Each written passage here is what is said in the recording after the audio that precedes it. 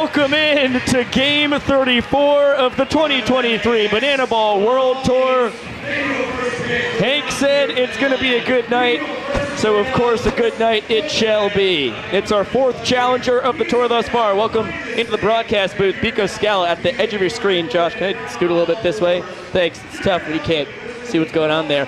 Josh Talevsky, take it up. Now an even 50% of our screen. Really fun to have the Florence Y'alls from the Frontier League here. This is a one-game only challenger, and the Y'alls are really bought in. Yeah, I mean, we've seen them all practice, this morning, just getting really into it. Lots of trick plays that they're trying out there during practice and everything else. They were getting into the kick line. It's going to be really exciting to see the kind of energy they're bringing out onto the field tonight.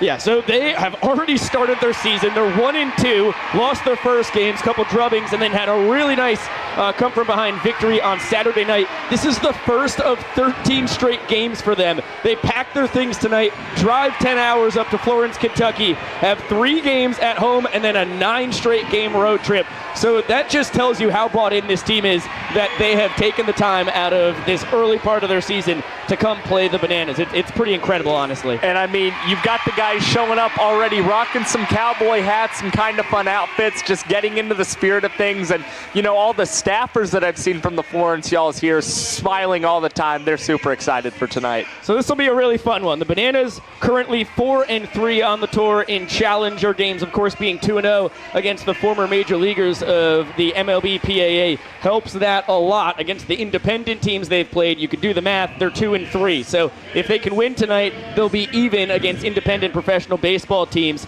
On the entire tour, they're 14-17-2. Those 2 ties that there will never be another one. A couple 8-8 games, and they are a part of history. Now, also, happy Banana Ball Eve. Jesse Cole and Don Yeager. I got this from Don earlier tonight because he's as nice a guy as you can find in the world. The unbelievable true story of the Savannah Bananas and Banana Ball. I'm really excited to dig into that. We'll probably be getting after it on the plane ride to Las Vegas on Wednesday. Yeah, I got to get my hands on a copy, man. I like some good reading material, and Banana Ball looks like a really great book. Okay, well, if I can coast through it, maybe I'll pass this puppy on to you. I think it'll work out just fine. Okay, so as the Bananas take on the Y'alls before shipping it out to Sin City for Friday and Saturday night against the Party Animals, we have a very special guest on the pregame show tonight because Christian Dearman, Mr. Electric himself, the 5-year Banana, is starting for the Nanners, but opposing him is Ray Rodriguez for the Y'alls, and we have the man leading the Bananas in batting average, on-base percentage, slugging percentage, OPS, Mr. Dan Oberst, the 5-year Banana himself. It's a pleasure to be back up here, Biko. I got a little taste of it in Kansas City, and I missed it to you so much, I just couldn't stay out of here. Well, we appreciate you blessing us with your presence in the booth, man. Tell us about Ray Rodriguez, because this is a guy that you've known for basically a decade now. Yeah, so it's pretty cool. I've known Ray since I was about 14 years old. It just shows how small of a world the baseball world really is. Coming out here, finding out Ray's starting, super cool to see. I hope Ray has a great night. I haven't personally seen Ray throw in a while. I hope he has fun with it. I kind of gave him a little bit of the Banana Ball stuff, but it's crazy. We went local high schools, off-season. Ray trained at a gym right next to mine. I trained at Summers Method. I'm not quite sure the name of the gym he was at, but just crazy to see, just around each other so much and how far he's come, so it's super cool to see him here. While we're on that, got to shout out Thomas. I know you guys haven't met Thomas, Summers Method. Guy's a legend, changed my life, changed my career, so I got to give him some love. But yeah, it's super cool to see Ray out here, and I'm excited. Hopefully he has some fun tonight. Well, let's get into that really quickly because you've had an illustrious career. We've gone through it time and time again with a couple years at Indian River and then 3 at the University of West Georgia with a little sabbatical in between. Yeah. Battled some tough injuries, fooled around in construction, almost went into the military. Yeah. That's the Spark Notes for everybody at home. Short version. But how important has this facility near your hometown down in the St. Pete area been to you becoming as incredible of a ball player as you are? Yeah, so Thomas and me played JUCO ball together. Guy was a grinder, a lot like myself. We kind of hit it off from the start. We went about our work in a lot of similar ways, and he just went after it and pursued what he wanted to do, and now he's got one of the best gyms, I would say, in Florida, and I'd even say in the country. Unbelievable facility, one-stop shop. You can get all your work in. and the guy's as dedicated as anyone to helping his athletes grow as, physically and as people too. So he invests a lot into all his athletes and especially me as well. Now, the hamstring update. Yeah. You were 2 for 2, cruising into second base with a double in Kansas City. Yeah. And that old buddy got you once again. How are you feeling right now? Yeah, so I'm feeling good. Shout out Francis, has been unbelievable with my rehab.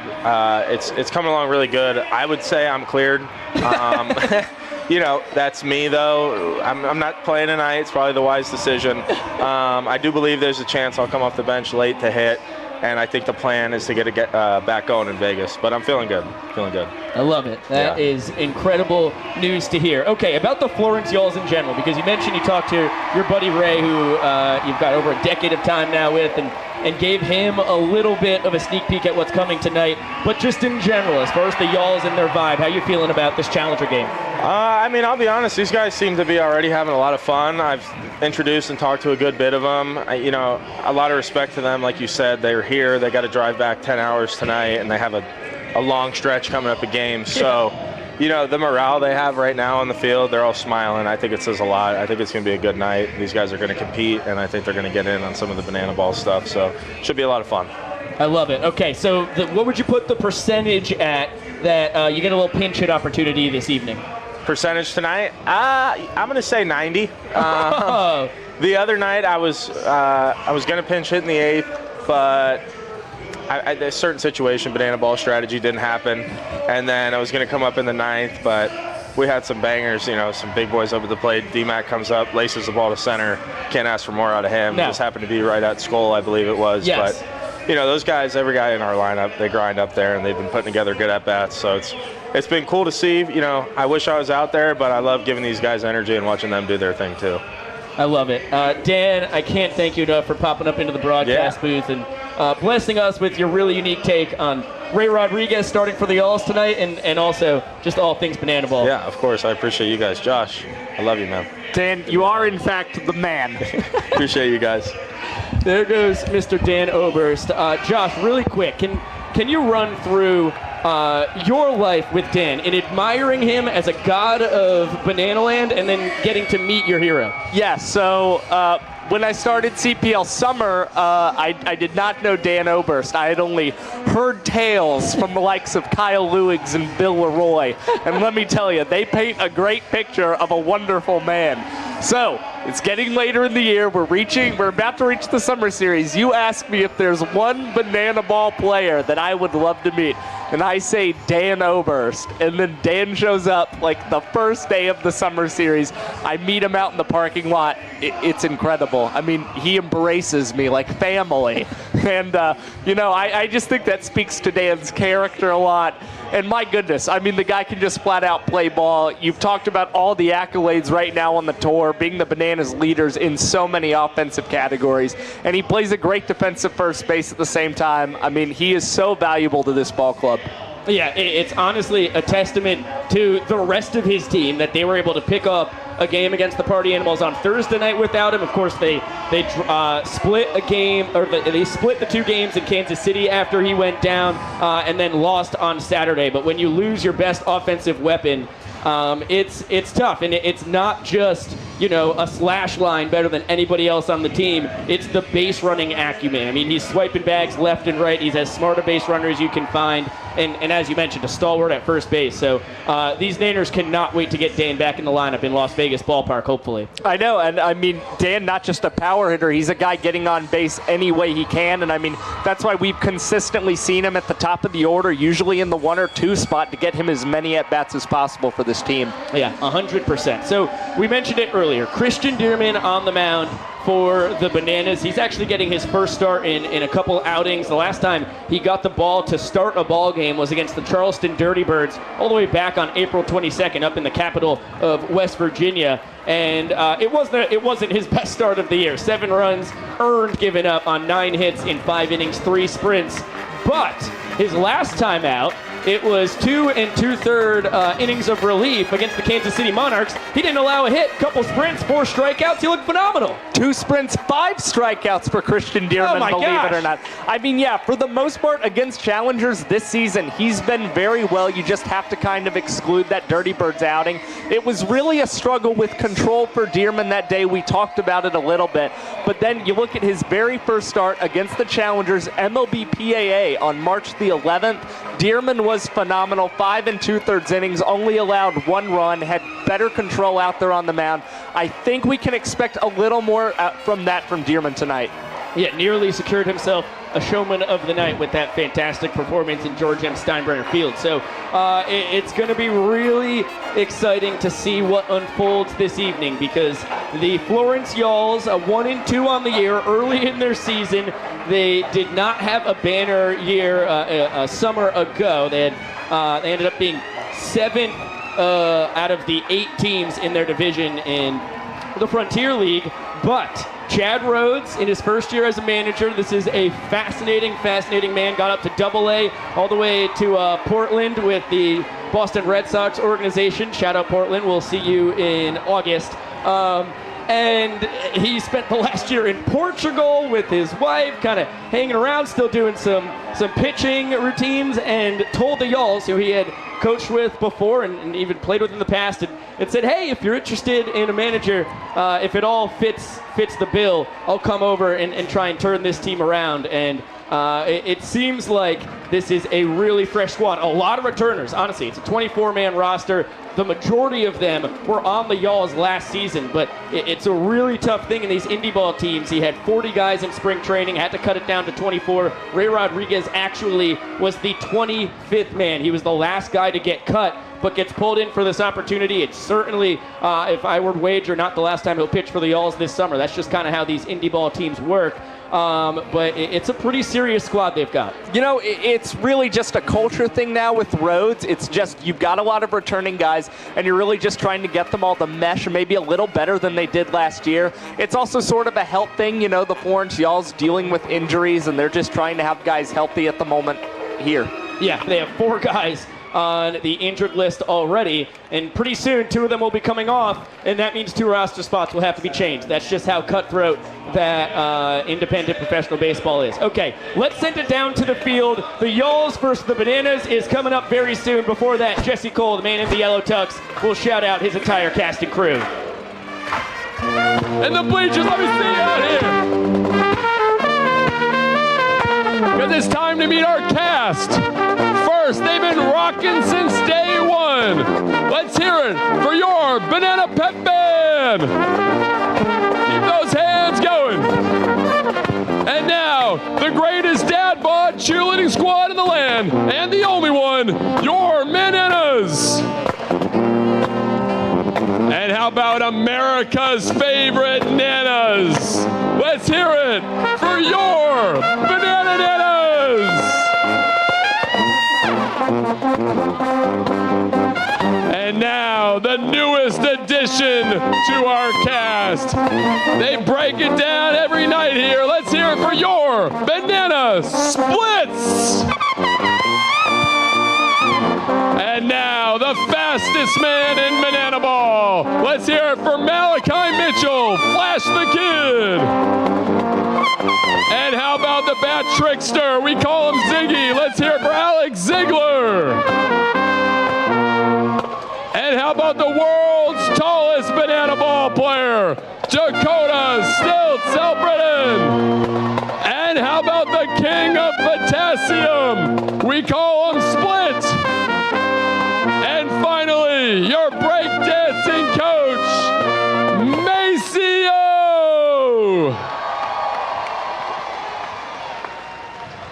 All right, fans, the players are ready. The cast is ready. It is time for you to get ready, the fans. So I need everyone on your feet. Everyone on your feet.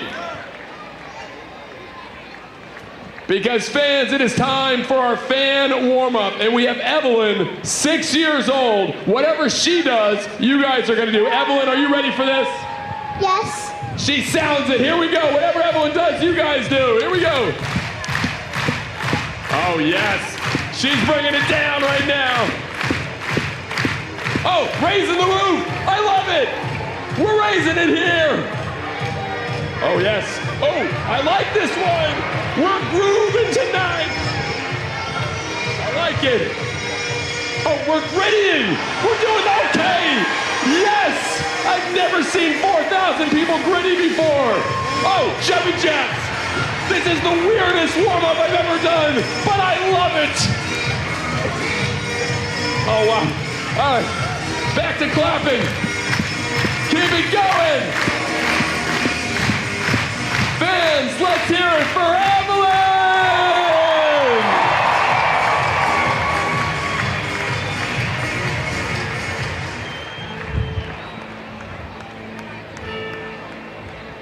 Fans riled up and ready to go. Here's the young professor to get us pumped up at home. Ladies, gentlemen, boys and girls, and potassium enthusiasts from around the world. Tonight, you and thousands of your friends here live, and thousands more still watching at home on YouTube, have gathered here to witness something beyond your wildest imagination.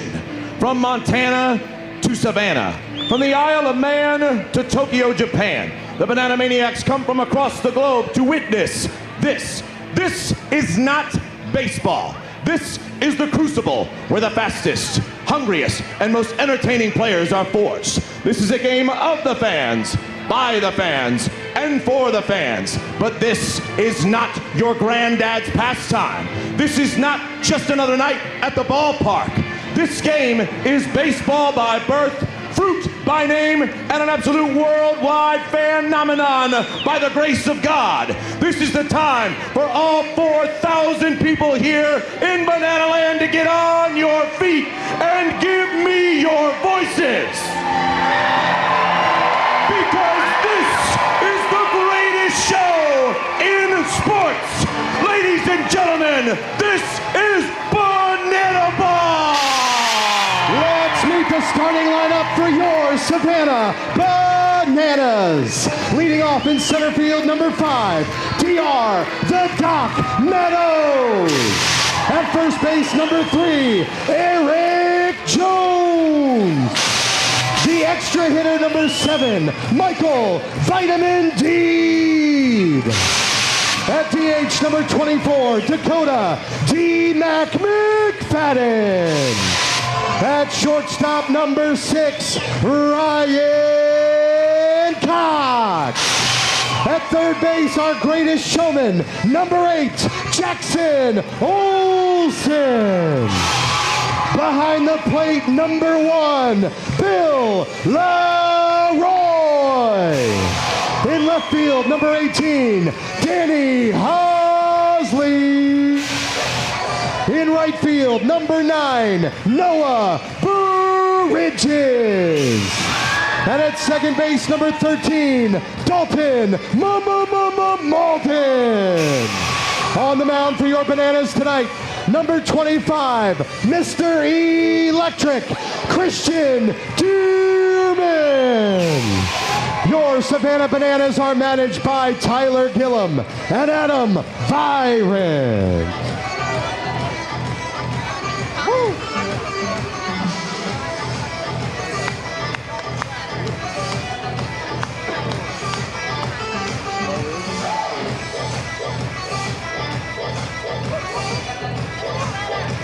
Ladies and gentlemen, please remain standing and remove your hats. Here, to honor America with the singing of tonight's national anthem, please welcome the Effingham County Middle School Choir.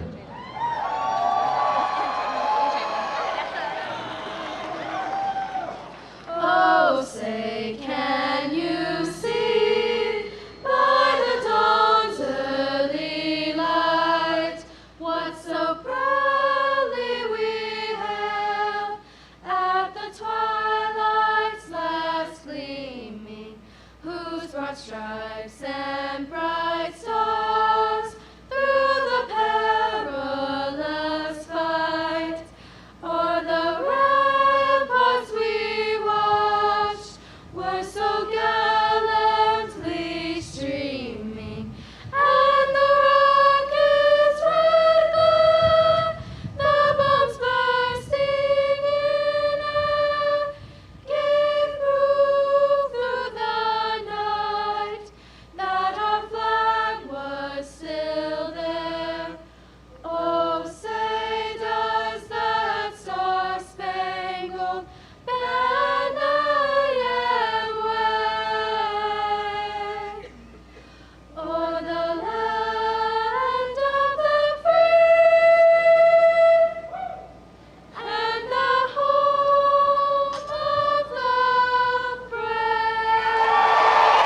Ladies and gentlemen, the Effingham County Middle School Choir.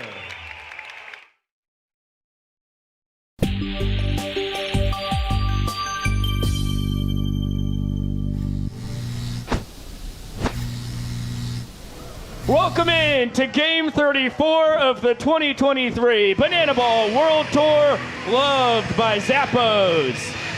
It's our 4th challenger thus far, 8th challenger game overall. The Florence Yalls of the Western Division in the Frontier League have made the 10-hour trip south from Kentucky to do battle with the Bananas here in historic Grayson Stadium. Judy Pounders asked in the chat if we could have any roommate in Las Vegas. Who would it be? Mine would be Sean Fluke, the Exterminator, Saturday night starter for the Party Animals. Flukey, who would yours be? Oh, mine, I might have to go with the old Vincent Chapman. You know, that's he's a character. I'd love to just get some behind-the-scenes action of what he's got to say. You know. Josh Talevsky. I like the idea of, I like going out with Sherman Vegas. I like Vegas. Yes. Really good, Josh. Okay, we've got Fluke in the booth, but down on the mound for the Bananas is Christian Dearman, and we've got a lot to get to, so let's take a look at Mr. Electric, the 5-year Banana, getting the start tonight. First time he's got the ball off the jump of a ball game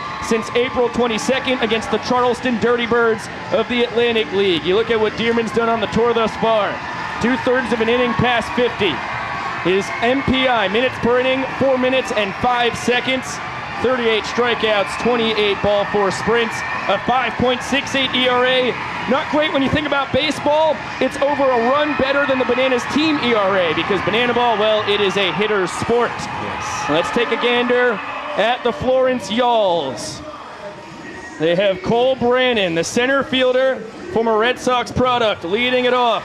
And then Ray Zuber III, we'll have him on the mic in the 3rd inning playing second base. He's hitting second.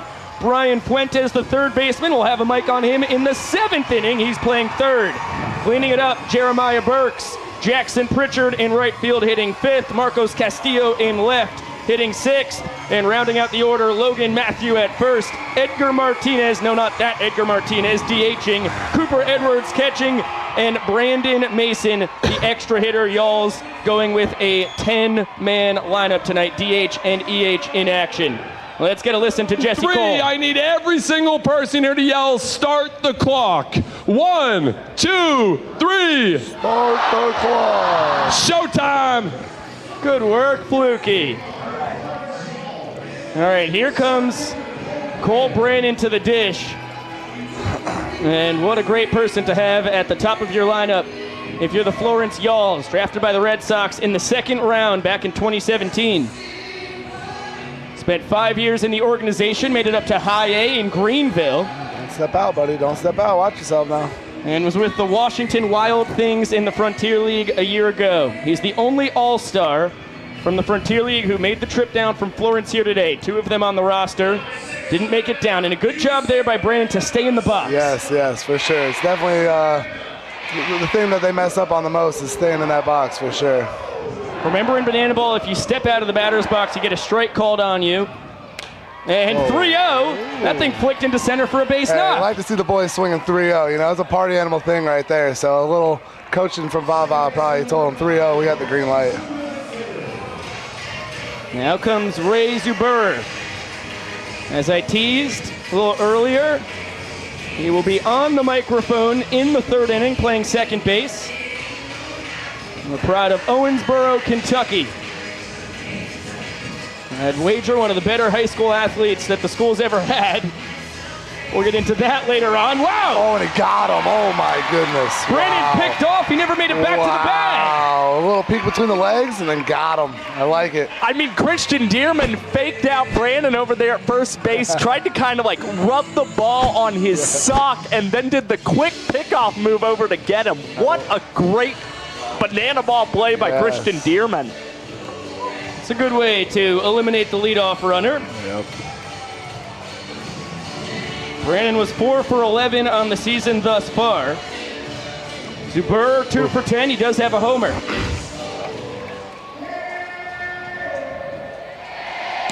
There you go. Good pitch there. Now he's feeling himself. You know, it's good to get that first leadoff guy off the bases. Now you can have a little more fun with it. Burr, a returning Y'all from 2022. Count now full on him. What is it like getting out there in the middle of the Grayson Stadium circus to start a ball game in Banana Ball? Oh, man, it's definitely something else. But, you know, when the boys put up that 5 spot, it definitely makes the job a little bit easier for me. That's a fact. Our first sprint of the ball game. Ray's going to slam the brakes at first as it's textbook defense from the Bananas. All 7 fielders behind the pitcher and catcher have to touch the ball before it is live. Yes. I mean, we're 30-something games in now, and we still got the boys getting thrown out at second base. I mean, they got that ball for defense down to a T for sure. And it really does look like they're getting faster as the season progresses, they too. Are, man. I mean, they are. They definitely cheat in on the outfield a little bit, but we had a play last night where it was a 3-2 count, ball hit over Hosley's head. So, I mean, it works for him here and there, but it also doesn't sometimes. Here we go. Fuentes to short between the legs. Cox gets the force out with it. No chance to turn 2 for Dalton Malden. Good play. Good play. And the glove trickster himself. That is his 52nd trick play in 53 attempts on the tour. Obviously, he's leading all fielders. Yes, he has to be. That guy, I mean, like you said, the stat right there, 52 for 53. He doesn't miss much, man. He makes all plays look easy. When are we going to get a trick play from you, Fluky? Oh, I had a chance with the Bill Roy snap-off last night, but I was just more in the moment of the stare down. Oh, look at this, stealing first base. Gotta love to see the Y'alls doing that. Good stuff there. Jeremiah Burks, the shortstop. How about that? He was 1 for 1 in his stolen base attempts at 3 games into his Frontier League season. Make him 1 for 1 in his steal of first attempts here in Banana Ball. Gotta love seeing the new guys steal first base, man. You gotta love it. And we saw Dearman start off Brandon to begin this game with a pitch that got past Bill Leroy. He decided not to try and steal first base. Pitch. It's nice to see the Y'alls later take note of that rule and have it work to their advantage. Yes, for sure. Now Jackson Pritchard with 2 on and 2 away. Good. Ooh, a little down. Yeah, a couple benders here. Count 1-1. Pritchard, the right fielder, 1 for 8 on this early season. By the way, this is the 8th Challenger game, 4th different Challenger team. Jeremiah Burks is the first Challenger player to steal first base. Wow. And how about them doing it before they even saw a Banana try to do it? I mean, that is just Banana Ball IQ right there. It is. I mean, we got 2 great coaches over there on that third base side tonight, so. Good pitch. Well, excuse me, swing. Count even at 2-2. Fuentes off second, Burks off first. Hey! Oh, good pitch, Dearman. Pritchard flails and misses. Dearman gets the K when he needs it oh so dearly. A 4-minute and 23-second first inning. Nice. And how about this trip to the mound? Looks like Ray Rodriguez is getting the royal treatment. Welcome to Banana Land right there.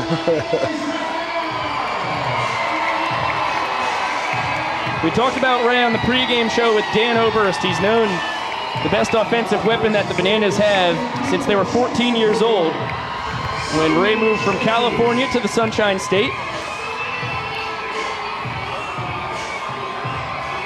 Spent 4 years at Weber International University. 2021 summer, he was a Saugerties Stallion, my hometown up in upstate New York. Wow. He's actually part of the team that's won the only championship in Stallions history. Look at that, hometown Clearwater, Florida. Gotta love to see another Florida boy out there, you know. Right down the road from you. Right down the road from me, man, right down the road. He was the last cut from the Y'alls roster this spring. Only 24 guys can make the team. He was 25, and Chad Rhodes, manager, told me it's really just him being 26 years old more than anything. He's a fantastic pitcher, showed him pretty much everything you could ask for. It's just really hard to make this squad when you got 40 guys in spring training. Yeah, for sure. I mean, he chunks it too. He's a smaller guy, but I mean, he's sitting out here low 90s, so I mean, excited to see the boys here. And being able to pitch in an exhibition game like this gives him one last opportunity to really show the Y'alls what he's got and really position himself to get on this team later on in the season. How about a 180 first offering of the game? It's just a smidge low to D.R. Meadows, the Nanners center fielder. Remember, in Banana Ball, it's match-style play. If you win an inning, you get a point. So the Bananas just need 1 run here in the bottom of the first inning to win their first point of the night. Uh-oh. And the count quickly 3-0. Good gamesmanship there by Cooper Edwards, trying to deke DR into thinking he had an opportunity to steal first base. Uh-oh, the boys in the outfield giving a little cheat in. I like it. Eater right down Broadway. DR hitting 330, a 413 OBP. That's going to go up here. Let's see what the boys got. This is great sprint defense. This Glove to good. glove to glove to glove around the infield. Oh, good try. They're just one step away from grabbing. Hey, it looks better than the party animals, man. We got guys jogging in from the outfield. So when I give up a walk, I just know it's guaranteed double. It is what it is. And it's on me, so. It's actually a fact, though. That was way better than all the sprint defense we saw from the animals on Saturday night. Well, it's tough when you got Breland in a lawn chair in left field, you know. I mean, he's signing autographs. You never know what that guy's going to be doing out there. Eric Jones has to jump out of the fastball in his general vicinity. EJ, former Minnesota Twins and Seattle Mariners product, was the Mariners bullpen catcher last year. Flails and Vincent Chapman, home plate umpire, says he went around.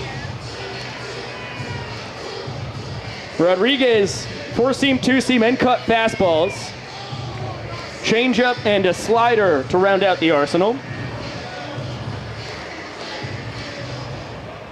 EJ, the tour leader in homers with 8. Oh, he just missed. That one in on the hands. And Brian Fuentes. Oh, my God, look at this. Are you kidding me? What a play. Oh, my. You got to be kidding me. Brian Fuentes with a dazzling trick play. Jeez. Bloomer, if you're watching the broadcast, take notes, baby. Take notes. I mean, you want to talk about something nobody expected. Brian Fuentes looked like he was just going to catch a routine ball going behind the back. That is the second trick play out we've seen by a challenger after Daniel Descalso had one in the March 11th game for the Major League Baseball Players Alumni Association. It's been a long time. There's a reason why Fuentes is hopping on the mic in the top. Check that, bottom of the 7th inning. Makes sense now after seeing that. I'm excited to see what this guy, it's only the first inning. See what these guys got for the rest of the game. You also have to bring the infield in. Michael Deeb at the dish. Count 2-0 on the third-year Banana. Yeah, I'm calling a walk-off right here by Deeb. I mean, he puts it in play just about every time. It's a tough out. Spent time in the Chicago White Sox organization. Oh, he's taking it. Scrimp to third. Oh, you got to go goes across the diamond, Yeah. and he didn't have a chance at DR in the first place, and now the Y'alls get their first taste of a walk-off. Bananas win the first inning, 1-0. Gotta love seeing the infield in and the play still being at first. Welcome to Banana Ball, boys. Bananas lead by a point, 1 inning into the ball game. Let's talk about our showman of the night from Saturday evening. Biko from the past, take it away. Dude, first time I've ever thrown all heaters. You didn't throw anything but a fastball. Nothing. Oh, that juice looks good though. All right, Fluky, you've got 5, 6, 7. Oh yeah, there we go. We're gonna have to do a little work here. What do you want, a heater? Yeah. Oh yeah, I'll give him a little heater right down the middle. Two. Yep. Oh, come on now. Come on now, dude. Yeah, a little chain piece in the dirt. They don't know I got this. Oh, that's terrible. Oh my God. Oh, how about this? I completely forgot about it. Fluky, a surprise for you. You're the showman. Now you're striking out. Mr. Noah Bridges. Ooh. Yeah, look at that body right there. Oh man, I look good. Woo. Gotta love to see it. Breaking D-Mac's bat. Oh, look at that sword. I think you've got Jackson Olsen's number. I hit that showman dance quite a few times, you know. Ooh, look at that. Snap them all. Come here, Bill. Yeah, look at that. Love it. All improv right there, just on the go, you know. I had no choice but to catch that ball or else it was going to drill me.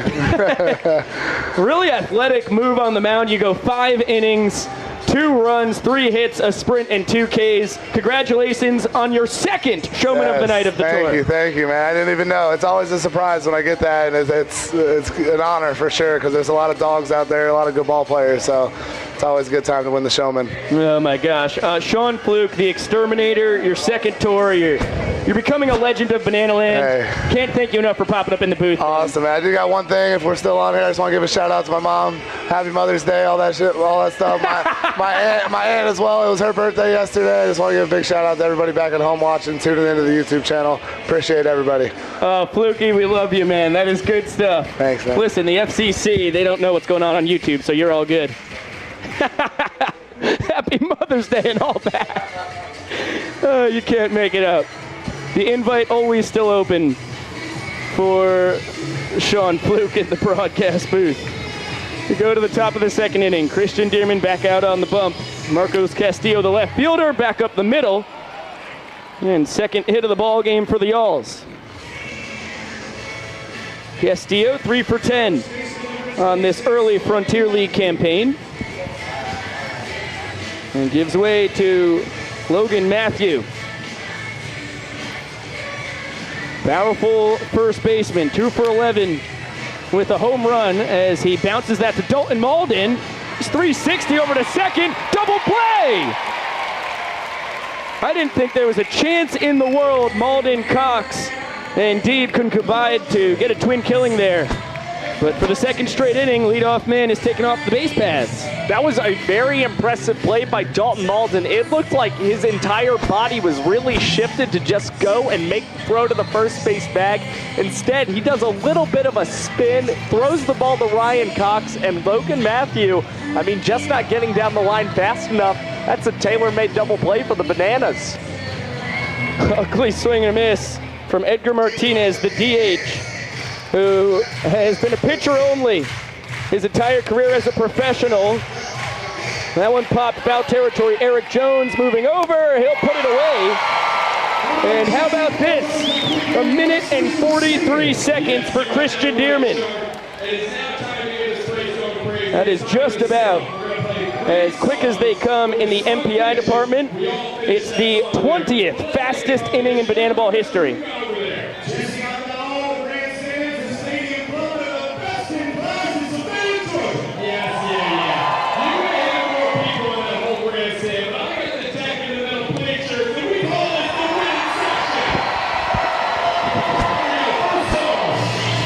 Little sing-off going on in the stands. We are back up in the booth. Pico Scala, Josh Talevsky, and you've got some nice bling on tonight. Yeah, I am rocking a little bling. You know, a class of 2023 chain that Paula, your host mom, my former host mom, gifted to me when I came back from Kansas City. I mean, it's a really nice gift. I actually forgot to wear it at my graduation from the University of Georgia, but I appreciate the sentiment more than she knows, and I had to rep it on the broadcast for her tonight. Looks really good, and as Fluky exits, very quickly we replace him. Mr. Michael Vitamin Deeb, 3 straight broadcasts. Welcome back up here, buddy. Here you go. Josh, how we doing, boys? It would help if I turned your microphone on. How are you living, Mr. Deeb? Living pretty well. I'll tell you what, just in the time from that first inning over to now, we already seemed to get through that top of the second there. An amazing job and wonderful work by Christian Dearman to get back out there throwing strikes. And congratulations on the walk-off, Mr. Deeb. That's actually your 4th against a challenger opponent. Did you know that? I did not know that. To be honest, numbers aren't exactly my game, so most of that information you give me is news to me. We are at odds with each other in a way. Yes, sir. But, you know, getting to a good count there, 2-0, got a guy on third. You just want to put some wood on it and take too big of a swing and get a little dribble or a third. But, hey, find a way and it does the job. D-Mac leading off the bottom of the second inning. Coda McFadden, the designated hitter. The yin to your yang as the EH. Yes. You know, Ray Rodriguez, I was watching him warm up in the bullpen and get going. I wonder if he's either had some experience with what we do as the Bananas, or that's just part of what he incorporates into his game, because as you see here, he's already buying into the trickery and trick pitching and messing with time, and it's pretty cool to see that, you know, you bring a challenger in here and a guy's got that much buy-in to playing our kind of style. And Ray not trying to buzz D-Mac's tower. Everybody's cool with what happened there. Of course, you go with the breaking ball low and away after some heat up and in. An effective miss. That's a fact. Nolan Ryan-esque. High pop, foul territory. Fuentes ranging after it. Edwards as well, and it's going to hit off the netting we've got here. How about Fuentes starting early with the trickery from the Y'alls over there with a nice behind the back, no look catch? That was unbelievable from him. That's something. That is good to see. We love that here in Banana Land. It's actually one of the more impressive trick plays I've seen on the tour thus far. It was incredibly surprising, not just because it was Fuentes, but because of how late he broke it out. As there's a nice running snag by Cole Brannon in center. Agreed. That's back-to-back barrels for lineouts to the center fielder from McFadden. Yep, the guy's really been putting in a lot of work. He's cleaned up his path and staying to the big part of the park because, as we know, as big of a guy as Dakota McFadden is, there's not really a part of a park that can contain him. So he's been swinging it well, and another barrel for him there, and just Brennan having a great route and be able to track that one down. Now it's Ryan Cox, the shortstop, in the 5-hole tonight, with Jackson Olsen on deck. And good work there from Ray Rodriguez. Cox is dancing in the box. Ray will turn the hat around. All business. Count 2-1.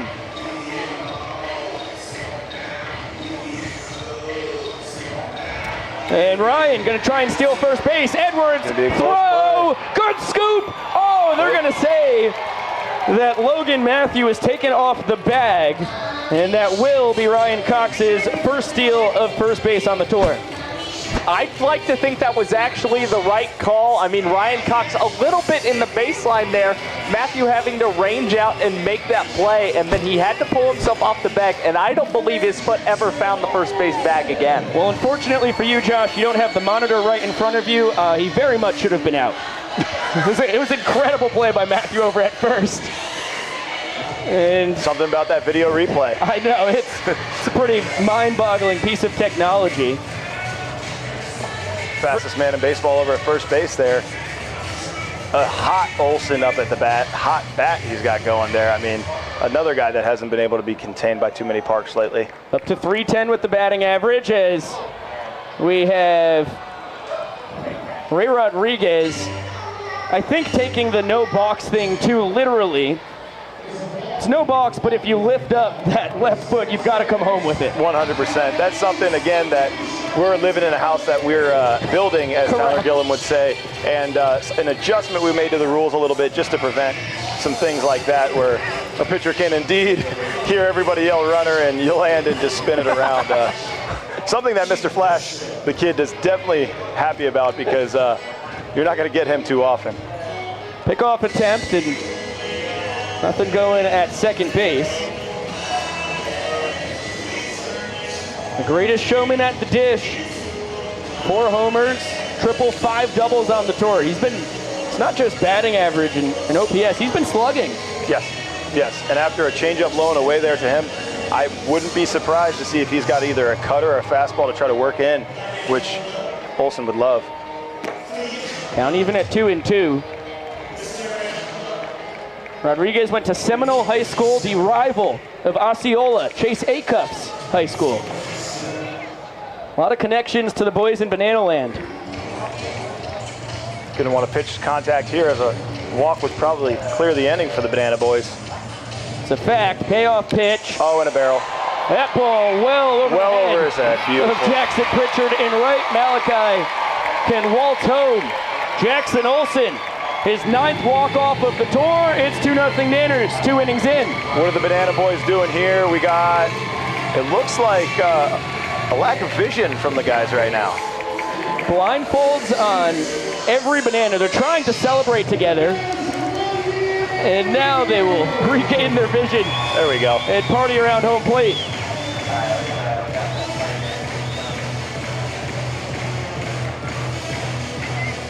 Oh, baby. A highly touted player dance right here. We've got props. We've got a buy-in from the Yalls. We're seeing some of their jerseys sprinting onto the field. This is going to be a good one, I think.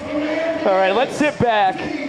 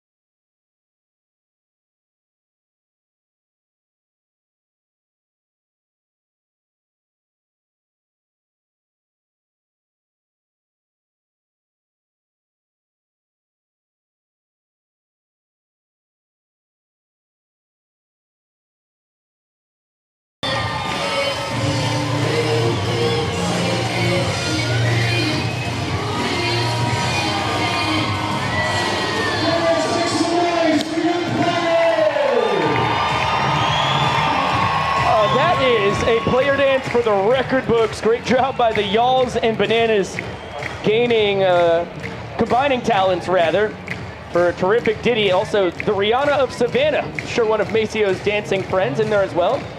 Let's take a look at Jackson Olsen's walk-off double to win the second inning one more time. He's been excellent against challengers especially. Yeah, I mean, that gives him now 7 walk-offs in 8 challenger games with 7 runs batted in. I mean, this guy has been phenomenal, not only against the party animals, he steps up his game when it comes to these challenger opponents. You love to see it from Jackson, a guy that absolutely dominates the media game.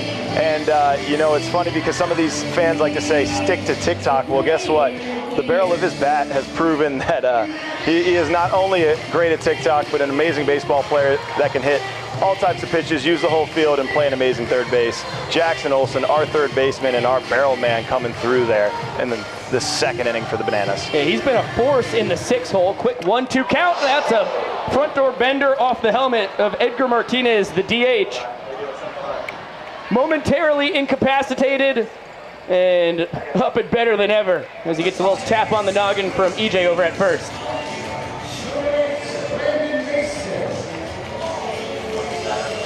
How about Cooper Edwards? Good work on your scorebook, Biko. Cooper Edwards gets dinged in the old noggin. Edgar Martinez with the pop out to end the second inning, and now it's dance time in the infield for Dearman, Cox, Malden, and Meadows. A little shake and strike right here. How about it? 360, a lot of shoulder work, and yanked it blown away.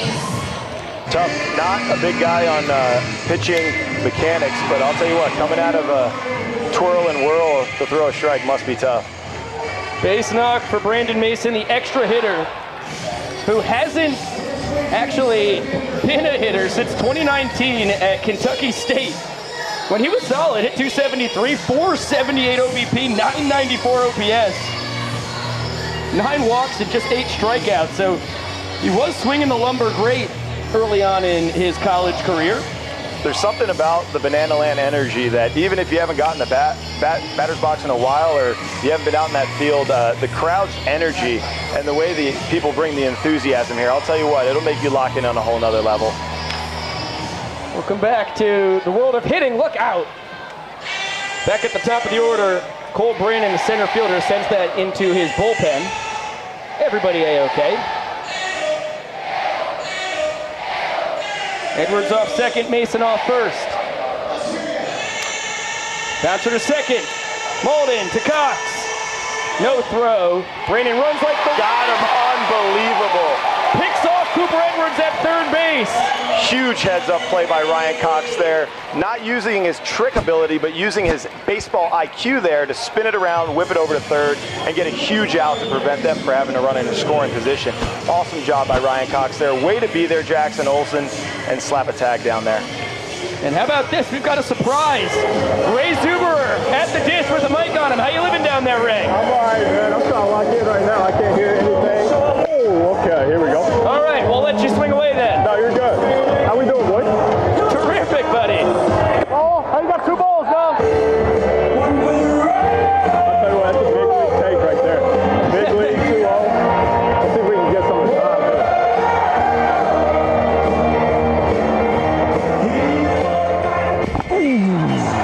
That is a good swing on that one, Ray. Wasn't trying to hit it soft. High pop, shallow center, DR Meadows under it. Back to it. Makes the catch. Backflip again. Noah Bridges over there taking pictures while he's doing it. Oh, yes. We love to see it. Ray can't tell you how much we appreciate you slapping a mic on, man. Just missed that one. Just missed it. It's all right. We're all good. Hottest, busiest, craziest restaurant in town. I've got a couple of waiters here. I've got Kevin and I've got Brady. It's just like a real waiter. So nice and feels like you're We've got a little busy waiter on the field. We'll chat with Ray when our promotion is done.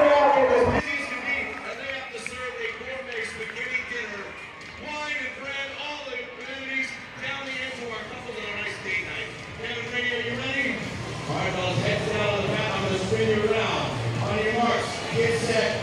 go. Spin it out. And then 1, 2, 3, 4, 5. Banana Land, y'all having a good time tonight? 5, 6, 7. No, really, are we having a good time? 8, 9, 10. Go serve that food, fellas. Go serve it. Serve that food. Go grab that. Grab the tray. Grab into it. Careful, careful, careful, careful. Oh my God! I go down. We gotta get up, fellas. We gotta get your meals. We gotta get the meals. They might be asking for a refund. Send it back to the chef. Wow. Kevin, it's all right. Kevin, you're there. It's okay. You can give it to him. Ladies and gentlemen, by a hair, give it up for Kevin, your winner of the Dizzy Waiter. When you get a promotion from the brain of Carson Bowen, you know it's going to be something bizarre just like that. New man on the mound, Drew Gillespie, comes in to replace Ray Rodriguez.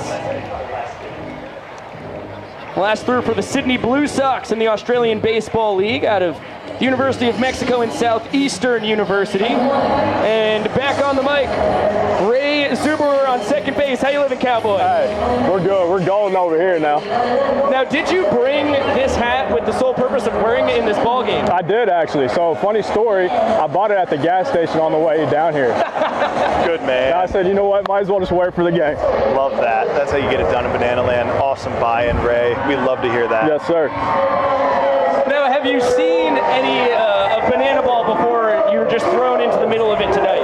So I saw a bunch of reels and stuff on Instagram. I actually don't have TikTok. That's like my thing. So whenever they see Ray, they're like, oh, it's a guy without TikTok. But yeah, I've seen a bunch of stuff on Instagram. And what y'all have going on here is electric, man. It's awesome. This crowd is amazing. Players get into it. It's awesome, man. Got a lot of respect for that, Ray. I'm Michael Deeb on the Bananas, and I think I'm the only one that doesn't have a TikTok on the team. So I'm right there with you, brother. Real life is cool. A little flare into right center. Bill Leroy as the base knock. Nanners catcher aboard. Rude greeting for Drew Gillespie as Danny Hosley, the left fielder, will take his hacks. All right, so 2.5 innings in the books. You're in on Banana Ball thus far, Ray. I'm sorry, repeat the question. 2.5 innings of Banana Ball in the books. You're having a good time. Oh, an amazing time, man. I'm telling you, this is the biggest crowd I've ever played in front of in my life. This is awesome. No way. Absolutely. Give me ground ball. Hosley, the Bananas two-way phenom. I'm sure we'll see him on the bump later tonight. Little do-it-all Haas. Hill over at first base, the catcher, but and steals. There's one. Ooh. Ray, good turn there. Hosley runs like the wind. You never had a chance. Never had a chance. He's fast, old boy. What we got here at the plate? We got some moves. Hey, let's roll it again. JB. You have another speedster at the dish, Ray. It's Noah Bridges, the Bananas right fielder. Just about as fast as you're allowed to legally make a human being. At the bottom of the zone for strike one. Well, yeah, let me just give the fans an idea of who we're talking to. This is the 2016 co-recipient for the Wallace Wawa Jones Award for Best Athlete in the state. Now, for context, Ray hit 480 in baseball, over 1,000 points and rebounds in basketball, 110 touchdowns thrown as a quarterback. How hard was it to decide what sport you were going to play in college, man? So if you look at me down on the field right now, I'm not the biggest guy in the world. So football was out of the question. And obviously, there goes Hosley. Tapper. Hey, get one. Gillespie bare hands it. There's the second out of the inning. So I'm not the biggest guy in the world. Right. But, so basketball and football are out of the question. But my first love is football. I absolutely love it. So I just thought I had a better future in baseball. And it looks like I picked the right choice. I mean, I'm here and I'll never have this experience with football, basketball, anything like that. So I feel like I made the right choice. So. Songbird of our generation, Dalton Malden, the second baseman at the dish, inning-winning run on second. And you don't know it, Ray, but Deeb, 4 years at Notre Dame playing football before he came back to baseball. No way. That's awesome. Yes, sir. Been around a little bit, playing the multiple sports, but what it sounds like is you're an awesome competitor, man, and that's what fuels guys like us is to compete and get after it. And that is a 3-pitch strikeout for Dalton Molden. Ray Zuberer, thank you so much for throwing the mic on, man. That was a blast. Hey guys, been a pleasure. Pleasure's all mine. Absolute Y'all have a pleasure. good one. You're a stud, Ray. Oh, real quick, Ray, before you leave, there's a chance you're on the mound. What pitches are you throwing tonight? I'm throwing the E-fish, the knuckleball, and the heater. That's all I got. Good stuff. All right, have fun the rest of the way. See ya. There goes Ray Zuber.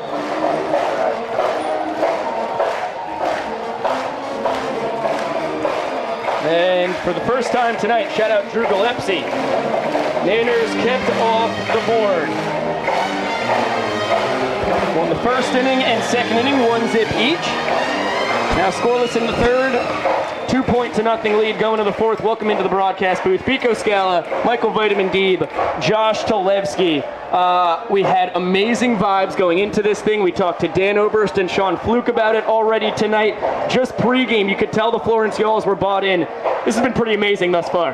Yeah, from them sending guys over for the player dance and having them rehearsing in our locker room, a lot of smiles early on. They're throwing the football at noon. I mean, they were out there with us during rehearsals. They're getting after it with us. They're totally bought in. And for a team that's going to play a game tomorrow, for them to come all the way out, play us, and then shoot right back, a lot of respect to the Y'alls for really buying in to what this is and having a lot of fun with us tonight. Not just playing a game tomorrow. Tomorrow marks the first of 12 straight games, 3 at home, 9 on the road. Grinders. Minor league grinders, baby. You know how we do it. It's pretty incredible.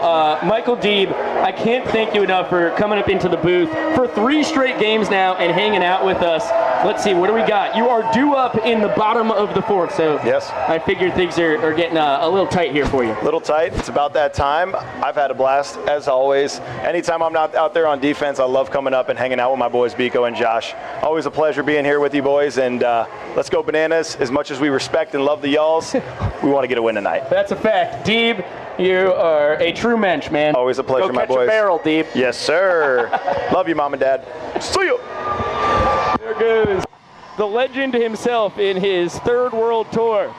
He's been a part of all of them as Vincent Chapman, speaking of legends.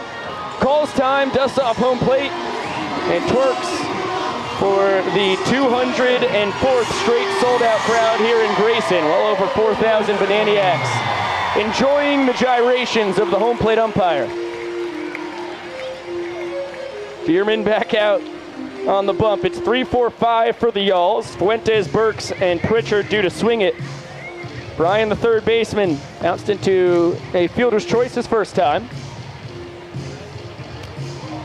And generous call there from Vincent.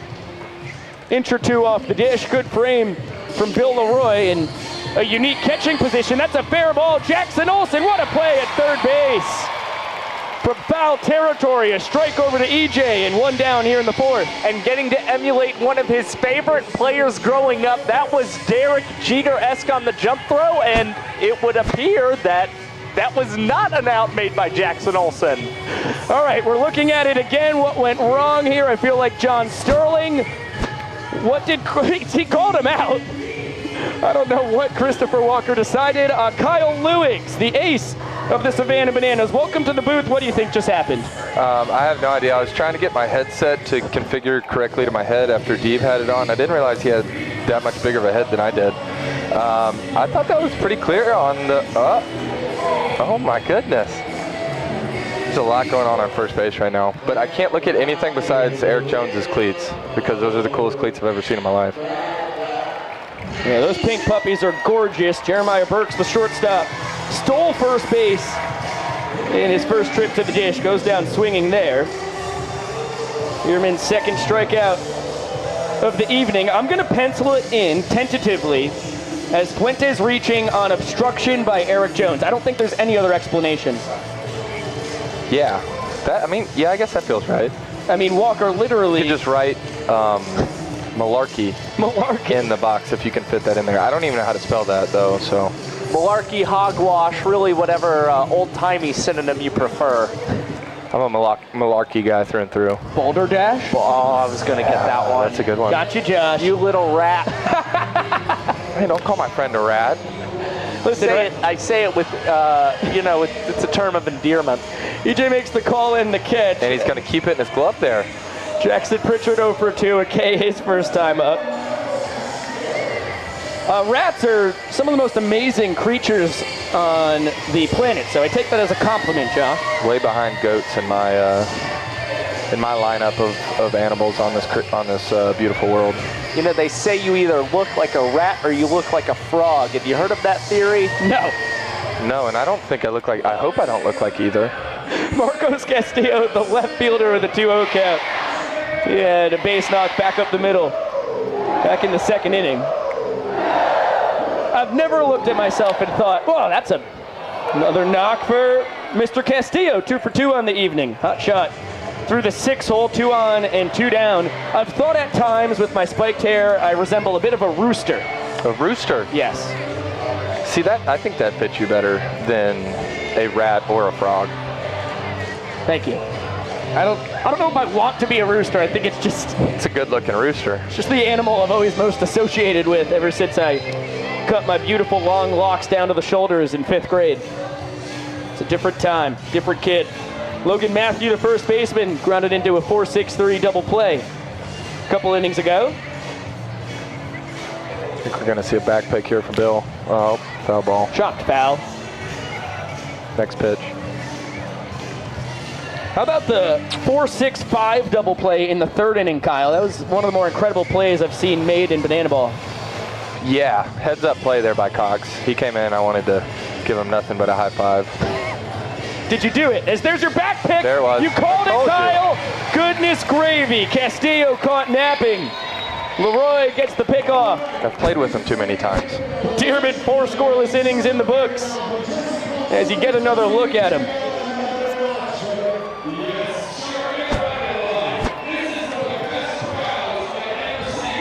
So 6 years playing with Bill Leroy, 4.5 at the University of Georgia, all 6 of them in Savannah, 4 collegiately, 2 professionally.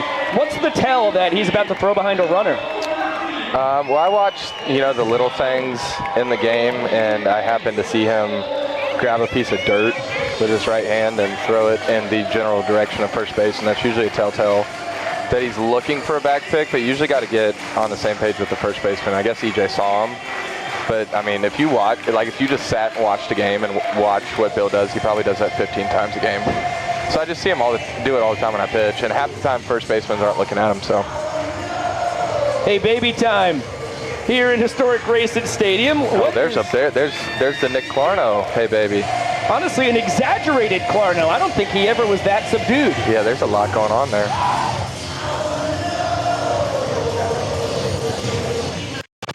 Big shout out as it's o'clock and our City by the Sea to Maverick and Emily Cole. Hopefully Ken is on there watching as well. I'm going to send it to all you folks tuning in. Appreciate you guys. Yeah, and it's still early here in this game, but I did see an Instagram story that both Michael Deeb and Eric Jones left the building in their Wolf Ball game this morning as they were playing as the Bananas. So I don't know if you guys took either of them in the yard card, but if they're going to manifest it at 8 o'clock in the morning playing Wolf Ball, you've got to think that it's going to happen here at Grayson Stadium. So I'm going to go ahead and I would like to take Eric Jones. That's a good call, as he has homered against every challenger team thus far. I didn't even know that. I just feel that good about it. I'm personally hoping Maverick's okay with letting the Bananas hopefully win tonight against the Florence Y'alls. I know, Maverick, I know you're a big Party Animals fan, but I think the Bananas can win this one tonight. And in Charleston, he was chanting, "Dirty Birds, Dirty Birds." He was very adamant about that in the hotel dinner before the game. I asked him, who are you going to cheer for? And he said, "Dirty Birds." And I was like, all right, I got it. Oh, Mav. As good a kid as you could find in all the land. Drew Gillespie out for his second inning of work. Gave up a base knock, but able to strand the man an inning ago. Keep it at just a 2-point deficit for the Y'alls. Gillespie out of Albuquerque, New Mexico. 4-seam, 2-seam fastballs, cutter as well, changeup and curveball, and he'll give you multiple arm slots. We've seen that already tonight as, well, shimmy and hesitation. DR sends it to his counterpart in center. Cole Brannon coasting back to make a nice over-the-shoulder snag. Yeah. Looks like, and there comes Jacob Teston to relieve him. Noah Bridges playing right field for a batter. Doesn't have to make a play. Jacob Teston, the walking barrel party himself, party animal on the One City World Tour last year as well. Banana in the Breakfast Bowl Series. The party animal in the Summer Series this past August and September. Good to see him back in on the action as EJ gets escorted to the plate by the splits. Took the words right out of my mouth. This would be a good time for a homer, wouldn't it? Be taking the yard card right now. I'm taking it. Give it to me. 1-0 count. That one misses just a bit outside. I like him being on time for a fastball. Oh, that's a good pitch. Right back after him. That one, a sidearm delivery. Gillespie dancing on the bump. Love in Banana Land. Liner to center and Cole Brannon. Nice lunging snag. Tumbling to the ground. He's made 3 fantastic plays now in less than 4 innings of banana ball. Yeah, that was just terrific extension and a great jump in center field from Cole Brannon there. That ball almost going over his head, but just that outstretched glove able to corral that ball into the mitt and keep that from going for extra bases. Yeah, I like to think that ball was going to keep backspinning after it got to him in center and was going to hit the Bananas logo there below the historic Grayson Stadium sign to make my yard card correct, but I guess it just didn't have enough time. His glove got in the way. Well, if you had taken the barrel card, you would have been right. Michael Deeb, an RBI ground out his first time, walked off the first inning. It drove in DR, who had gotten a 2-base sprint to lead off the ball game. I'm going to use my yard card, Michael Deeb. Oh, wow. Let's double the home run total on the tour. That's not going to do it. How about Gillespie runs right by it as Logan Matthews stays put and put on the bag there to get the out. 1-2-3 frame and an excellent MPI. 1 minute and 38 seconds from Gillespie. This gravy. I didn't realize it was that good. 1 minute and 38 seconds. That is the 17th fastest inning of all time. In the 64th banana ball game of all time. No small feat. Let's bring in the manager of the Florence Yolls, Mr. Chad Rhodes. How you living tonight, my man? Oh, we're rolling on. Oh, yeah, we got somebody. We're good. My man. The picture changed. I had to do that. So here we are. I'm lounging. I'm chilling. This is awesome. The energy is amazing. Pretty good vantage point for a banana ball game. You're like in the Party Animals lounge chairs, huh? It really is. I'm right here. I'm getting to see the on-deck swings. You know, I'm kind of still watching my guys. I'm just seeing their preparation. But I love the pace of this. It's awesome. It's so fast. There's no time for thinking. That's the beautiful thing about it. Yeah, you've been a manager for 4 innings of banana ball now. What are your overall thoughts? Man, I love the music in between because it does. It takes the thinking out and it kind of keeps a little rhythm. And it really gets down to the simplicity of baseball. The mano-a-mano type of thing is there. That's what I like about it. And you got to pay attention. You have to pay attention. You saw us get back picks a couple times at first and on the bases. They're really good at that stuff. So that's what's been fun. To like, hey, pay attention, focus. There is a task at hand. It's just going faster than our game. Yeah, it's kind of like a magic trick, you know, a little misdirection. There's so much going on in the building. All of a sudden, Dearman's got to pick off in the first. Ryan Cox turns the 4-6-5 double play with a back pick in the third, and Bill Leroy gets a back pick in the fourth. Things can come at you quickly in banana ball. They really do, especially the way he throws the ball back to the pitcher. It's a nice couple slots. It's fun watching these guys play. They're really good at what they do. We got Logan Matthew coming up, though. So it's 4-5-6. Check that. It is 7-8-9 for your guys. Look at the right scorecard, Mika. Matthew, Martinez, and Edwards due to swing it. Oh, and here we have a nice surprise top of next inning. It'll be fun.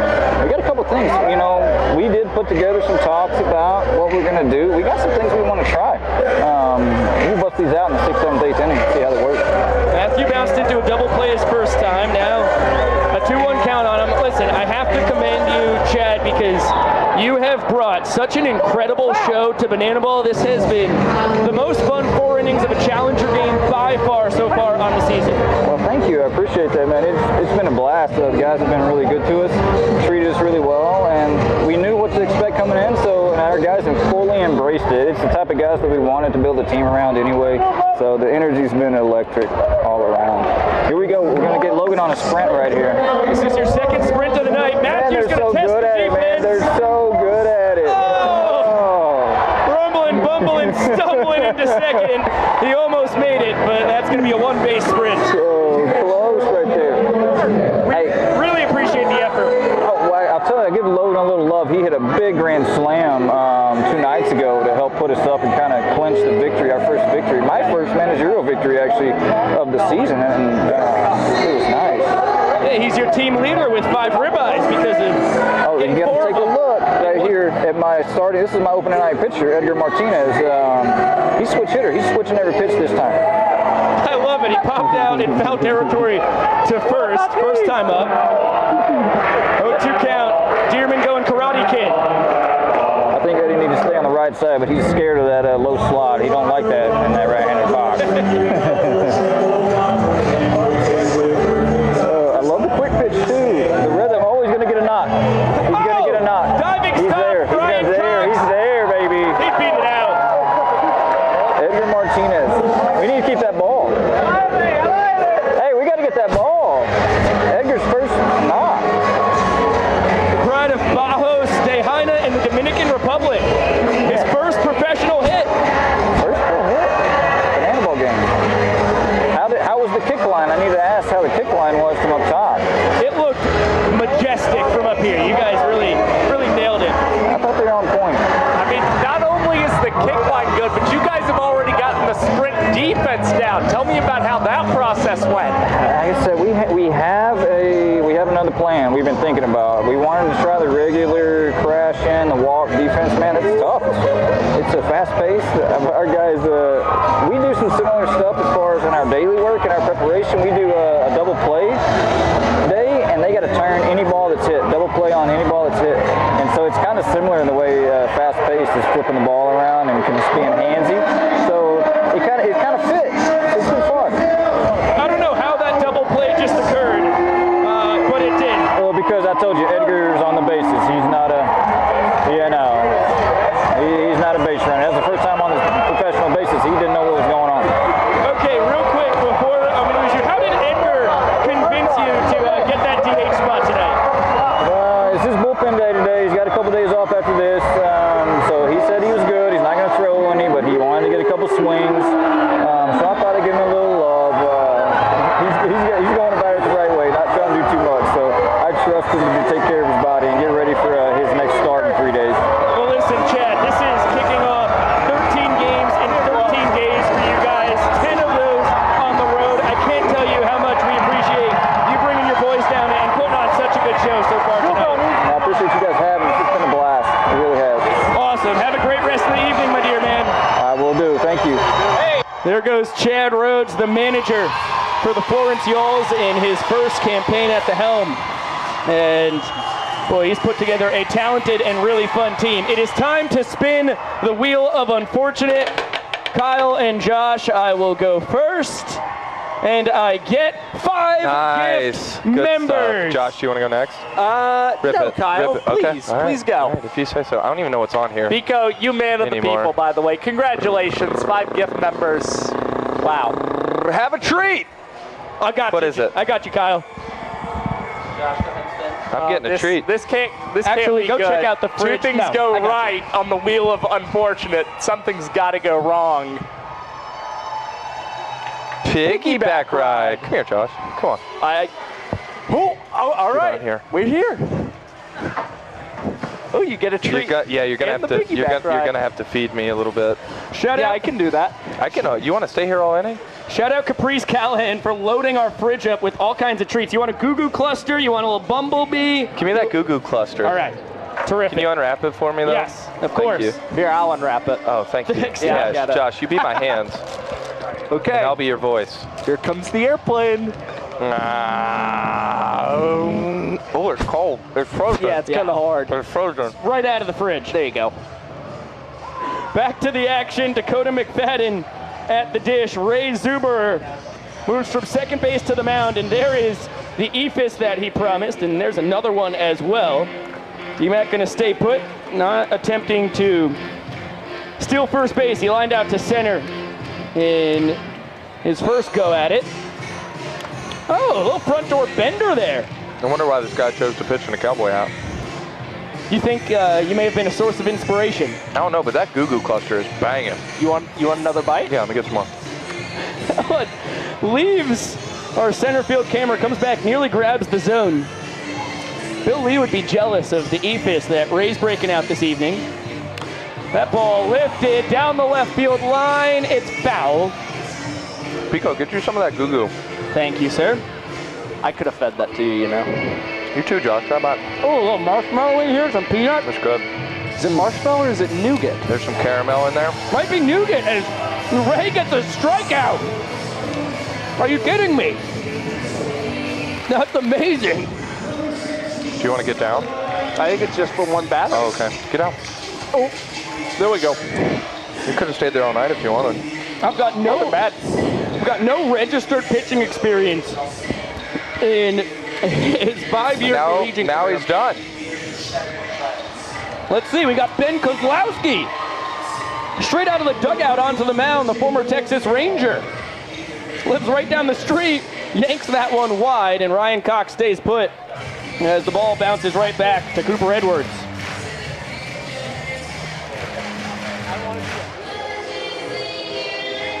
I mean, that was no small feat striking out D-Mac. That's a guy hitting 300. He's got 5 homers, 7 doubles on the tour. Do we know of any confirmed family in town? I don't think he has any family here. You got to put that into factor, you know. It's like lacking Michael's special stuff. Exactly. 3-0 count on the glove magician, Ryan Cox, who did steal first base his first time. He gets a sprint, takes off. Let's get another look at the Y'all's defense. Quick around the infield. And quick around the outfield, they hold Ryan Cox to one base. Throw behind him. Oh my gosh, right off his helmet, or else Cooper Edwards could have tagged him out. That's good defense there. That was wild. Edwards tags Malachi Mitchell, who's pinch running for Coxie. Did he take that off the front of the helmet? I think it went straight off the Did brim. he just headbutt that ball? Chad Reese, Griffin Ellis, and company, for everything I've done for you, I need a replay of that at some point in my life. Yeah. That was oh, I'm choking on goo-goo. Gotta take some of this water. Go crazy. Thank you. Soft tapper towards first.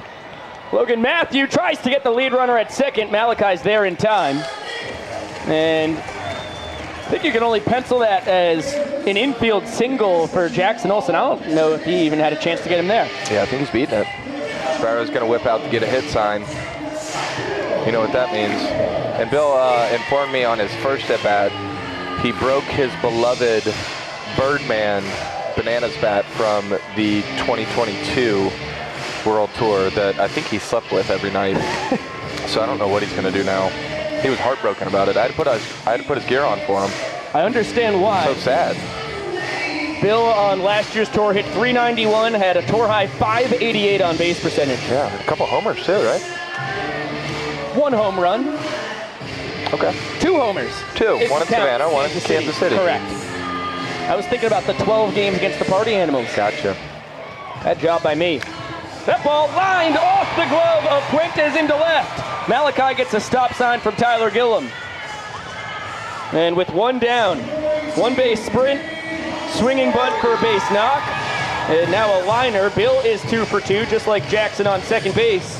That's good for him. It's awesome that he's 2 for 2, but I can't overlook the fact or not have the people at home and not in the stadium know that I beat him in Banana in the Pants before the game today. I'm so happy you shared that with our good people watching on YouTube here. That ball drilled down the left field line. Danny Hosley watching it drift foul on top of the batting cage out there.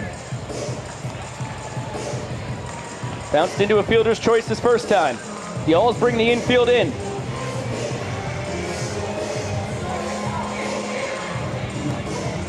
They're going to bring the center fielder in too. I think they're going great wall here. Little Tampa Bay Rays-esque shift. 2 men in the outfield. Bill's ripping a handstand on first. just inside. 2-1 count on Hosley. I like this. Malachi's 90 feet away from scoring. He's the only guy that truly matters here, but with the bases loaded, it means there's a force at home.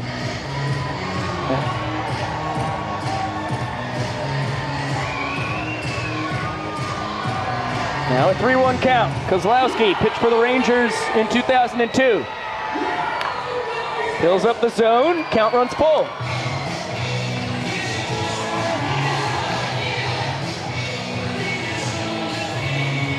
He was drafted by the Atlanta Braves in the 12th round in 1999 out of Santa Fe College down in Gainesville. Payoff pitch. Down and in, and that will end the inning. Bananas take a 3-0 lead in points. 5 frames in the books. Malachi's got some bread. And Danny Hosley has his tour-leading 11th walk-off. Oh, it looks like a bird attack. A bird attack. They're going after Flash the Kid. Well, he's got all the bread, rightfully so. And he's taking it into the stands. Although some guys are going to stay behind to pick up any morsels that were left on the ground. Let's take one more look at Ryan Cox getting nailed in the noggin. Let's see that doink. Okay, he's sprinting. He's running. He's slamming the brakes. He's there.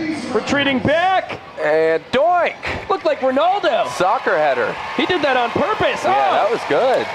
So nice you see it thrice. Okay, let's chat with the man in the yellow tux, Jesse Cole. This Challenger game has been incredible, man. I'll tell you, Pico, the buy-in from the Florence Y'alls and their ability to have fun out here has been a joy to watch. And it started this afternoon in rehearsals. These guys were going harder on Hey Baby, Thunderstruck, and even their players would say, we're going to make a trick play today. And then boom, right away in the game, third baseman. This has been awesome. Yeah, Brian Fuentes goes behind the back on the pop-up. It was incredible. Now, Jesse, how did you convince these guys to drive 10 hours south, which will kick off 13 straight days with games, 9 of them after this on the road? I'll tell you, we're very fortunate. A lot of different teams and a lot of owners want to be a part of Banana Ball, and we've seen this around the country. And for the Florence Y'alls to make this commitment, come down here and have fun like this, really means a lot. And you can tell, I think the guys are going to think it's worth the trip.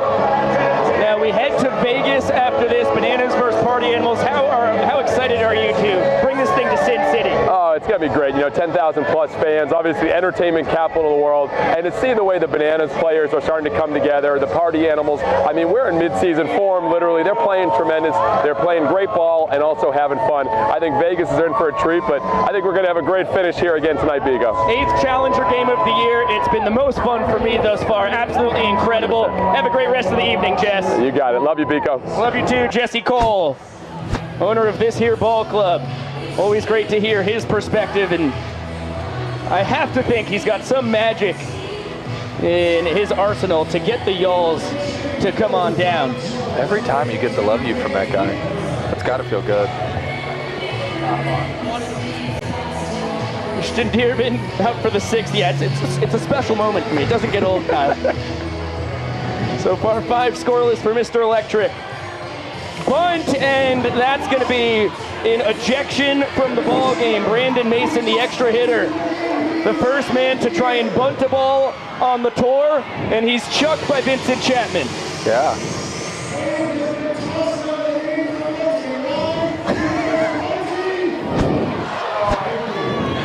Full capacity crowd knows that you're not allowed to do that. It was a good attempt, ends up being foul, doesn't matter. Just trying to do it gets you sent out of the ball game. I don't even know what to write in my book here. I guess I'm just gonna write bunt.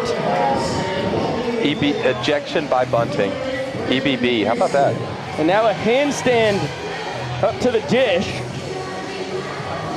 It's gonna be a pinch hitter for Cole Brannon.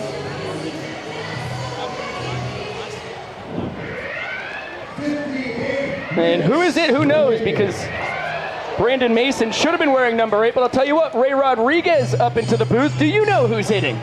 I do. Actually, I do. Inside knowledge. Delightful. Well, the mystery is here for all of us. Worm burner to second. Dolan Malden, 360 over to first. What a magnificent trick play. Freestyling at its best, the songbird of our generation with a gem. Here comes Jesse Cole. Pitch, the world's tallest pitcher. Please welcome Dakota Stilts Albritton. Well, you heard Jesse. Stilts coming in to relieve Mr. Electric. Dearman ends up going 5 2/3 scoreless frames. Couple of strikeouts.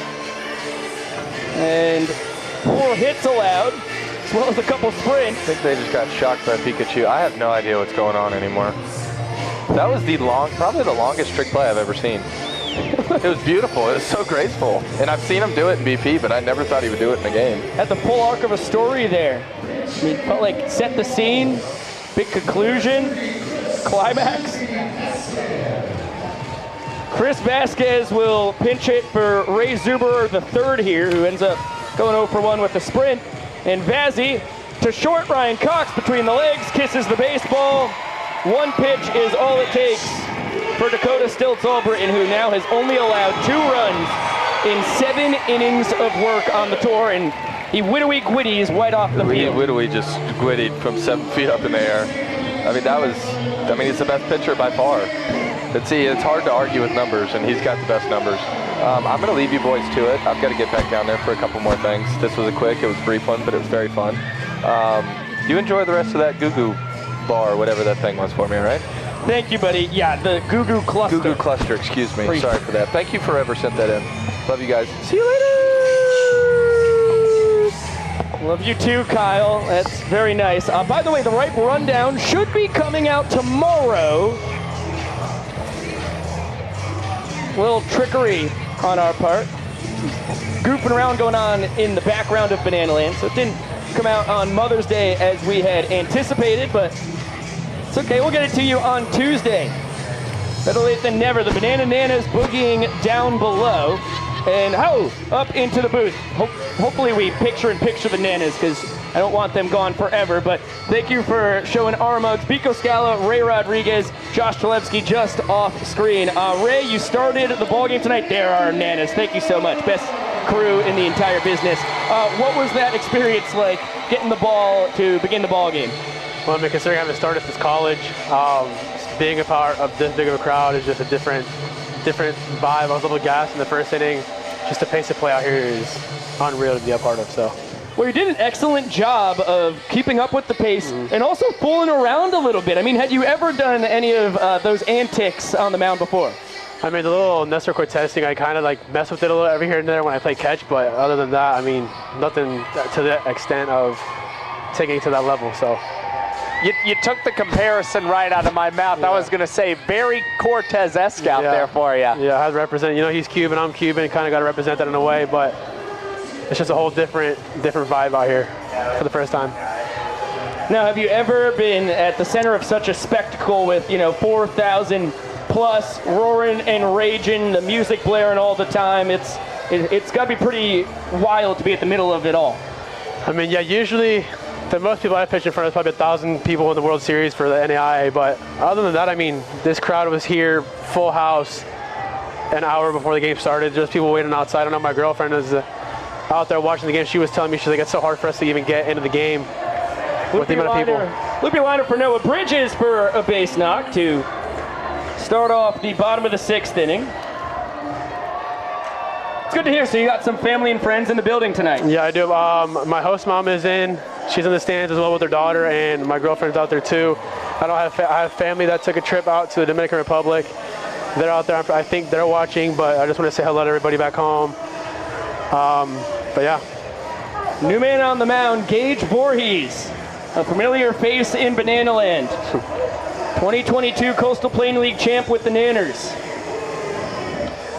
And Alex Ziggy Ziegler hits in each of his last 2 at-bats as Adam Virant and Tyler Gillum, first base and third base coaches respectively, throwing a football across the diamond in between pitches here.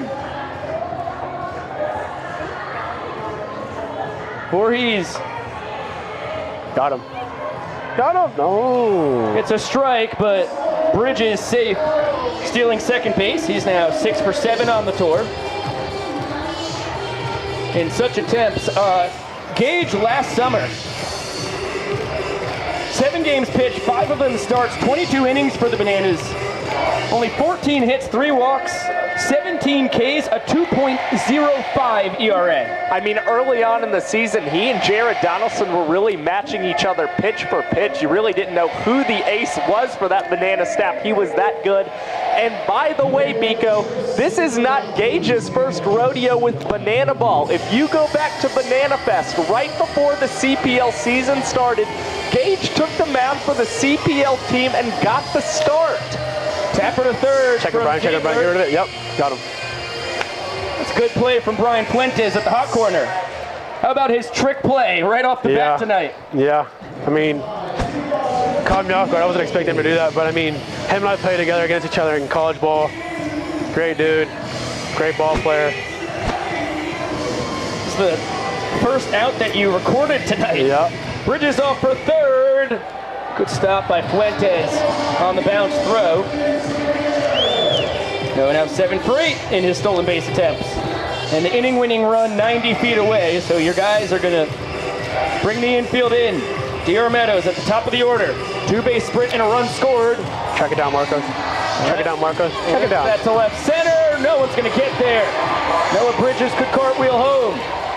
4-0 lead in the all-important points category for the Bananas. As DR picks up his 10th walk-off of the tour, tied for second on the team.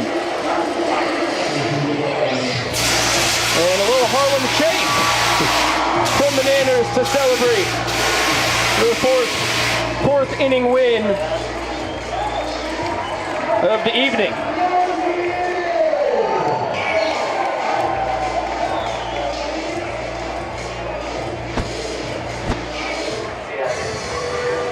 Another look at DR driving that to dead center. He knew it off the bat. And no chance for it to be tracked down. Niners lead by 4. 3 innings left to go tonight. We're on a terrific pace. As we pop up into the broadcast booth, Biko Scala with Ray Rodriguez. Now, there is a connection here that is pretty mystifying. In 2021, you played for the Saugerties Stallions in the Perfect Game Collegiate Baseball League, my hometown. I broadcast there in 2016 and 17. What was that experience being in such a beautiful little village in Ulster County? Oh, I mean, Saugerties was amazing. I was with Kevin Henchy under his ownership. I know the host families out there are phenomenal. I mean, just being a part of that kind of community, just seeing how tight-knit everybody is over there, it's a whole different kind of feel. Like here, like you get to have the fans, but back in Saugerties, it's more like a family kind of vibe. Because you go up there, everybody's excited for Summer Bowl, just like everybody's excited for Banana Bowl. Similar, but yet different in their own kind of way. Now we have a surprise here in the 7th inning. It is Buzzwords with Biko. To do this, folks, there is a link in the description on the video on YouTube. There's a link we're saucing into the comments section. Click that, fill in all the requisite information you'll need, and the final thing to get entered into this is the buzzword, and that is y'alls. Y''ALLS. Y'alls, as you can see on the bottom of your screen right there. There you go. Make sure you get the buzzword in, and that will enter you into the chance to get a giveaway here. Free pair of Hokas we're giving away on every broadcast, thanks to our good buddies over at Zappos. Loving this world tour and loving all of our fans as well. Matt Malatesta, best handlebar mustache this side of the Mississippi. You gotta forget my teammate Sean Hughes has a pretty good Manchu as well. Okay, this is good. You call that a Minshew? Manchu. Oh, Manchu. Fu Manchu. Thought maybe Gardner Minshew got in on the action. Yeah, here. maybe. I like Manchu though. I don't think I've ever heard that before. Fu Manchu. The old Mike Piazza special. Yeah. Good, Josh. That one over the leap of Malatesta. Safe.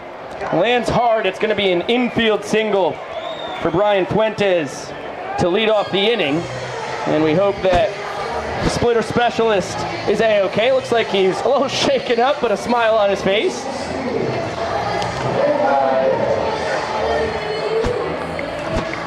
Brian now 2 for 3 on the night.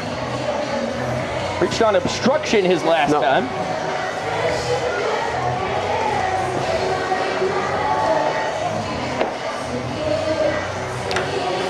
Hot shot let's go. Middle. Go to third. No. Who we got? How about that? Base knock.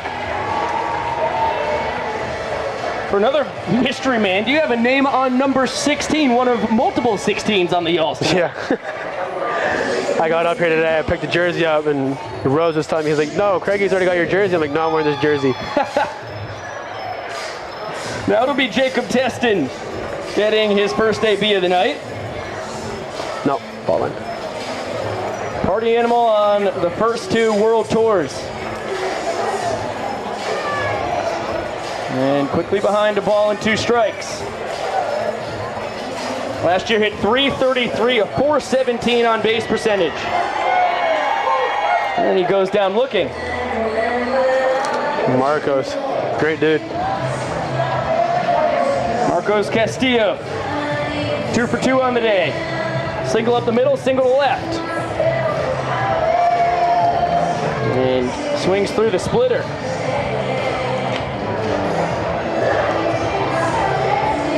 One count on the Y'alls left fielder.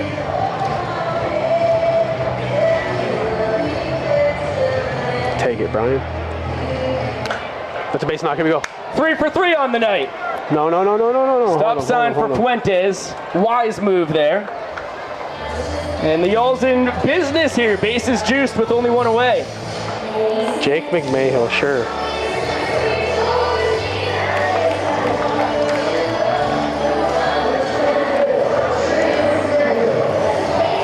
Another pinch hitter for the Y'alls. As the bench has been emptied, Jake McMahill. Bouncer up the middle. Cox under the leg. 1, mauled into first. Dazzling double play. Malatesta and company out of the jam. It's the 53rd trick play on the tour in 54 tries for the glove magician. He makes it look so easy. The bare hand from the songbird of our generation. And what a superb twin killing. We'll be back with Ray Rodriguez in the booth after the splits. Boogie here in the middle of the 7th.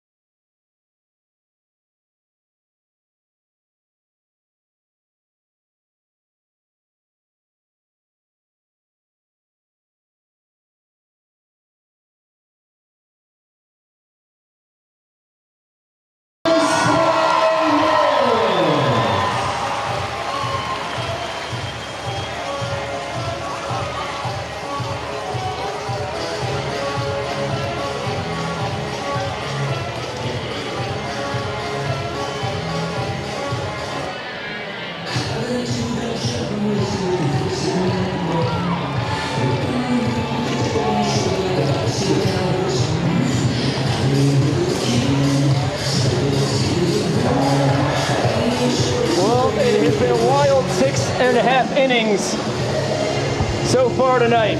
And as we go to the bottom of the 7th, Pico Scala, Josh Chalevsky with Y'alls starter Ray Rodriguez in the booth. And now joined by the 3rd baseman, Brian Fuentes. How you living down there, Big Tiger? Oh my man, this is a blast. This is a blast. I'm enjoying it a lot. What's up, Brian? How you doing? Good, man. How you doing? Good. Really good. It's nice to see you. Hey, look at me. I'm up here. Up here in the booth. Up here in the booth. In the booth. Up here. Hey, over here on the booth. Behind. Here you go. There you go. Yep. What's up, dude? There you go. 2, 3, 4 for the Bananas. Gage Voorhees back out on the bump. You've got your hitting coach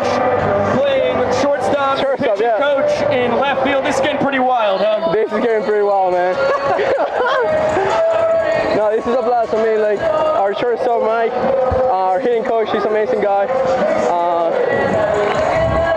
Oh yeah, firewood. Here we go. Let's get some firewood. Yes. Shattered bet for Eric Jones. So yeah, back to what I was saying. No, Mike is really great. Chad, I love him to death. Our pitching coach, he actually was supposed to throw tonight. I don't know what happened, but I was really excited to watch him pitch. It would have been a lot of fun. It's 2-3-4 for Bananas, Jones, Deeb, and McFadden. That one's skied to shallow right. Come on, give me a trick, Nah. Nothing crazy there. Let me congratulate you on only the second trick play by a player for a challenger on the tour. That was amazing back in the first, bro. Oh my God, thank you, man. I was actually super practicing before the game. I told their coach, hey, if I get a pop out right here, I'm gonna catch it behind the back. And look at that, I did it, and it was pretty wild. It was super electric. I mean, like the fans went crazy, and that fired me up. And I was like, oh, then I got a ground ball, and I forgot about the rules a little bit, and I threw to first instead of getting the guy out at home. I was like, It's all right. Yeah, it happens, man. It's okay. It's okay. It happens. Just having some fun here. It's nice to have you on this side of the field one time, though. We used to play against each other in college. You know, it's nice to have you on this side for once. Right. Definitely. I'm just hoping that I get another pop-up or something here to do something pretty well, entertain the fans. Yeah, how about if the ball gets hit to you, drop the glove, go barehanded the whole way through? Oh, I'm gonna do this. Let's see that. Boom. Here we go. Oh, we need it. Not a miss. Nasty bender from Gage Voorhees. The 2021 Banana. Breaking out the knuckle curve there. So how you guys being over there? Oh my gosh. You enjoying the game? It's been an amazing night, Brian. You guys have been putting on an insane show, man. We're trying, man. We're trying, to give the fans a little bit of, like sometimes, people that plays on those leagues pretty serious. We can have some fun too, It's a fact, man. And this is only your second run in Indy Pro Ball. I mean, what was it like playing for Windy City last summer? It was really good. It was barehand. Tell them barehand. Barehand it. It was pretty fun, man. I mean, it was my first year as a Pro Bowl player. I was actually kind of getting my experience. It was a really good run. Coming from college, it was a little hard to adjust, but right now I actually got ready on my off season, and then right now I feel super great. Like I'm ready to play 120 games. I love it. Yeah. Hey, do you want to say the dream? Oh yeah, what do we got? Hello, everybody. Up here. What up? It's Marcus. Yeah. It's Marcus. Hey, Marcus, say hi to the booth over there. To the fans. Hey, I'm up here, man. Fans, what's up, everybody? What's up, there you go, right there. People watching. Yeah, Coppin State, Hey, you already know. Thank you guys for having me here. Before I leave, I just want to say thank you to my mom. Thank you for everybody that's been supporting me. And I hope they're enjoying the game too at home. Brian, I can't thank you enough for getting mic'd up, man. We do it all night long. Blast, man. Have a great rest. Hey, thank you, my guys. Love you, Brian. See ya, man.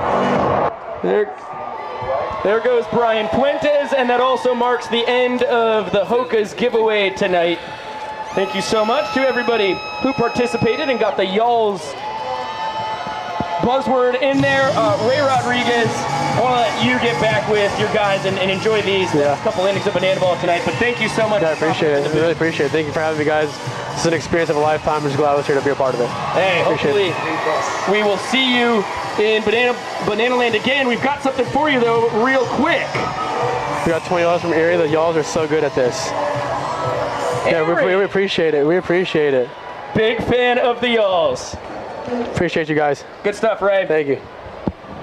There goes the former Saugerties Stallion. PGCBL champion at that. And how about a 2-minute and 44-second inning for Gage Voorhees there? Pico, what is flying under the radar throughout the entirety of this game is how quickly it has gone by. We've got just under 38 minutes left on the clock, and the longest inning we've seen so far has been 4 minutes and 35 seconds long. It is an unbelievable pace we're seeing. Christian Dearman had 143, a 316, a 351, a 252, and then Matt Malatesta a 249. The Bananas pitchers are working quick, getting their outs, and by the way, the defense behind them has been fantastic tonight. And shout out the Y'alls for being a very important piece of the pace of play as well. It's a two-step, can't do it solo. And have had some quick innings on their end as well. The 5-year man out of the Los Angeles Angels organization, Connor Higgins, makes his 5th appearance of the tour since joining the Bananas in Kansas City just a weekend ago. Hard-throwing southpaw, 94-97 on the gun in Legends Field. Works a slider and changeup in there to complement the four-seam. Ben Kozlowski with a full count and blown away. Not really a fair fight for 2002 Texas Ranger who made his bacon on the mound. Yeah, it's really not fair to throw a mid-90s lefty up against a veteran lefty batter. Matchup mismatch. Okay for Higgins to start his outing. Will take on me here as the Y'alls figure out who's going to swing the lumber next.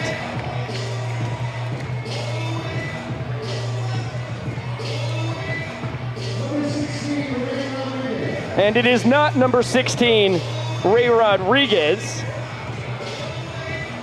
As Shark just said, it is Mike Morris, the hitting coordinator for the Florence Y'alls, showing what he can do against a high caliber southpaw. Good check there. I understand though why Shark and our broadcast crew thought it was Ray Rodriguez who just left the booth. Morris wearing the same number as him. It sounds like uniforms are just getting thrown all over the place down there. Madness in Banana Land tonight. Count 3-2, back to back.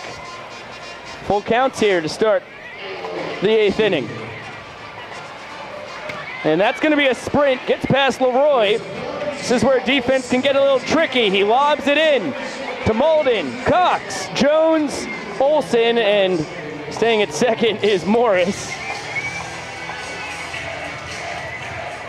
You'll be content with 2 bases on the sprint.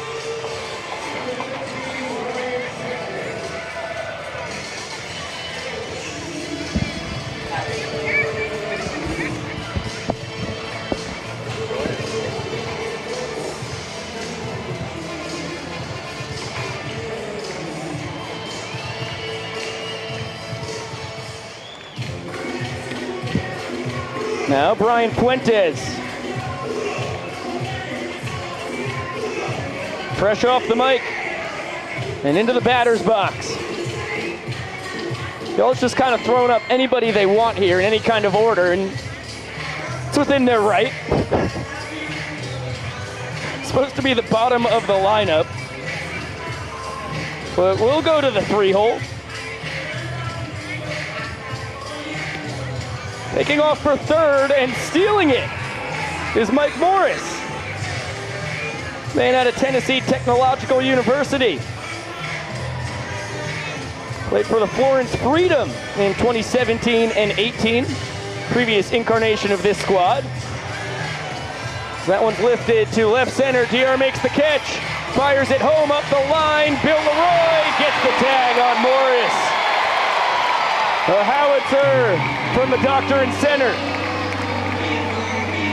And the Y'alls still have not scored a run tonight in 8 innings offensively. I mean, we've seen them get so many guys in scoring position, in that position to score their first run. And again, the Bananas defense has picked up their arms all night long. What an incredible throw from DR Meadows in center. It's the 3rd double play he's been a part of on the tour.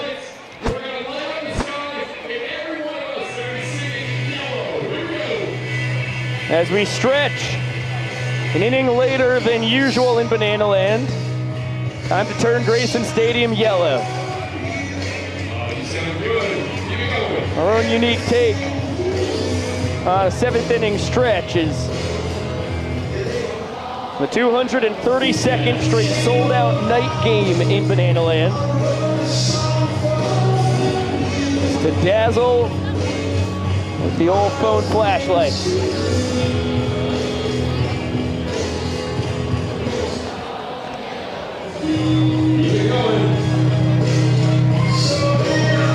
And well, we turn our 96-year ballpark yellow.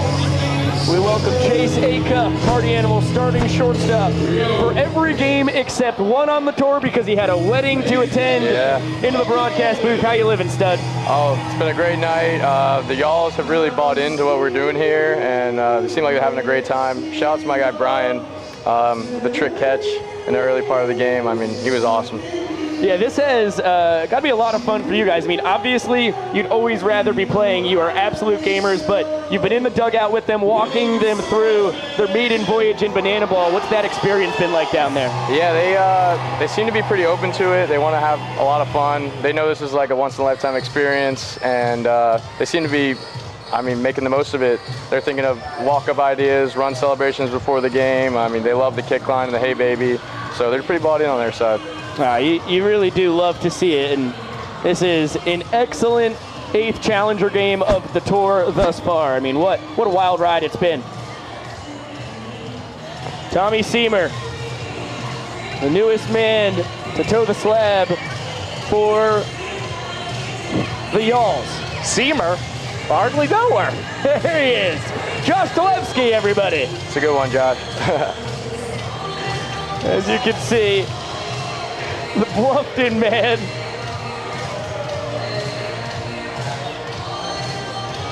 Out of Bluffton, Ohio. That is not the Bluffton right down the road from us. And a Yall last year a couple of different times. Had 5 appearances, amassing 13 innings in total, 3.46 ERAs. Worked a lot this offseason to try and earn a full-time spot on the team. Slimmed down, according to Chad Rhodes, their manager, for a handful of pitches, but really dazzles with the knuckleball as he gets a check swing foul on a four-seamer. He's got a knuckleball, Biko? He dabbles. All right, all right. I was actually talking to Tommy in the locker room. Really cool guy. He was a little timid at first to this, but he's starting to warm up, and seems like he's having a good time out there. Well, it's crazy the butterfly effect that can happen in life as it's 5-6-7 for the Bananas. Ryan Cox. Good barrel from Cox. Drives it to center, but it will not be caught. And Ryan trying to get 2 bags out of it. He'll get there on the E8.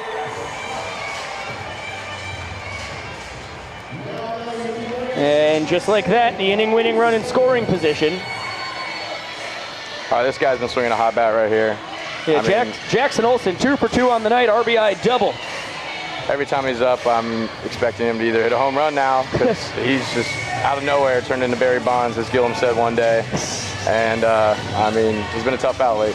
Chase, wouldn't you know it, Jackson Olsen has 7 walk-offs in 8 Challenger games. Wow. So they call him the greatest showman for a reason, Josh, and he lives for the moment, and I don't know, I don't think I've gotten a chance to walk it off maybe once or twice this year. It's hard to do. A lot of pressure up there, and Jackson handles it like the best of them. Back up the middle, good stop there by Seamer. Robs Jackson of what easily could have been his 2nd walk-off of the night, and 10th of the tour. Oh. We'll check on Malachi Mitchell. Pinch runner over at third base as you get another look at the quick glove work from Tommy on the bump. Biko, you seen who's stepping to the plate right now? Little Dan Oberst pinch hit. Welcome back, Dan Oberst. How about this? This is the first time he swung it since he had a pinch hit opportunity in the bottom of the 9th inning. Weekend ago in Kansas City. Nearly missed a game-tying home run. Count even at 1-1 on the 5-year Banana, 2021 Coastal Plain League champ, just like Mr. Acuff to the left of me here in the booth. Malachi dancing off third, infield in for the Yalls. I've been infield in with Dan Oberst up to the plate, and it is not fun. You just know if he rolls one over, it's going to be a line drive that's levitating off the ground and somehow going to get to the wall. And I don't know, Dan can swing it. Oh, we got some. That's fun trickery from Florence. As there's an attempt at a unique pickoff attempt at third base. Seamer never went for it. 2-2 now on Mr. Oberst. Malachi off third. Tapped up the middle. That's going to do it. Diving stop at second. Flip to first is in time. It doesn't matter. Bananas walk off their 5th inning of the evening. They lead 5-zip as we head to our final frame.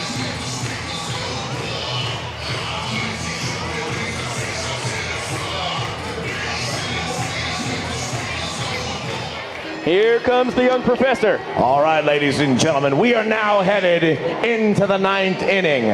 You see the score, it's a little lopsided, but that's okay because in the game of banana ball, in the final inning, every run counts for a point. This is the final opportunity for the Florence Yalls to put some points on the board and come back, or your Bananas can hold them here and win the whole thing. Ladies and gentlemen, welcome to the final inning.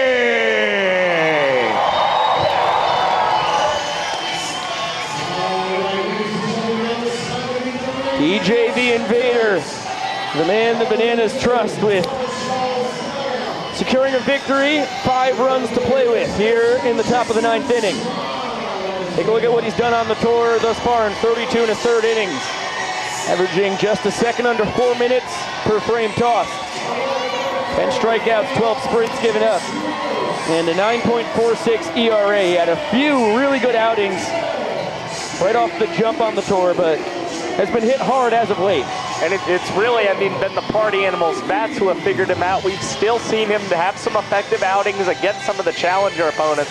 But Chase, tell me about how you party animals have been able to figure out DJ a little bit. He was, like you guys said, he was really tough at the start. And then we went to like a middle stretch where we started figuring him out because we were seeing him a lot. He was throwing just about every other game. And then as of late, he's actually kind of been throwing really well. And we're not telling the same story that we were telling a couple months ago about it. Now DJ's a guy, I mean, one of my better friends on the Bananas, and he's really cool. And the energy he brings every day and just what he's able to do out there, it's really impressive. So you've heard him speak? No, he kind of is like wah wah wah wah. I mean, but that's like something you kind of understand. Yeah, I'm starting. It goes over my head. I'm starting to learn. I'm actually starting to sign with him more, going like more hand signals, and we're getting somewhere. Like coaching side. Yeah, like. Oh, that's nice. Like Michael Basis would give at third base. DJ does really good when you like picture things for him. Got to draw it with your hands. 1-2 count on Chris Vasquez. Grounded out into a trick play at shortstop in his lone trip to the dish this evening. Outruns full, and Vazzy's going to take off. Bill didn't know where the ball went. Christian Vasquez, check that. Christopher Vasquez. It literally has on the roster Christian Vasquez. That's a long-running joke there for Vazzy, who just loves it when we call him Christian. He is not the Red Sox catcher. Well, now in the Houston Astros organization. They even have moved on since then. Anyway, I digress. Chris Vasquez leads off first after swiping the bag.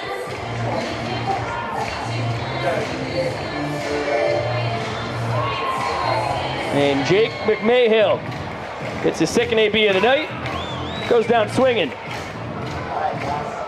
Yalls down to just 2 outs to work with here. And Brian Fuentes hits about every 4th or 5th guy here towards the end of the night. He has truly monopolized the Florence Yalls lineup. I don't know what to do with my scorebook in the slightest. I'm just going to watch and enjoy the fun as Bill tries to get a back pick there on Vazzy over at first base. I think Brian would take every at-bat for the rest of the game if he could. And he loves enough. this environment, and he's having a blast. And he's out swinging for some home runs at the moment. That was a mighty hack. Oh, there's another. Does have 1 homer on this Young Frontier League season. Now a 2-2 from the Invader.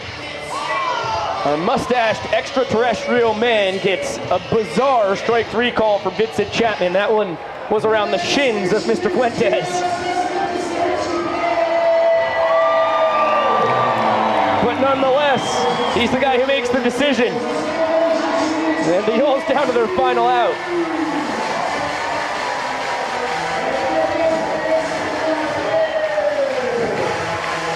And their hitting coach, Mike Morris, will get another swing at it.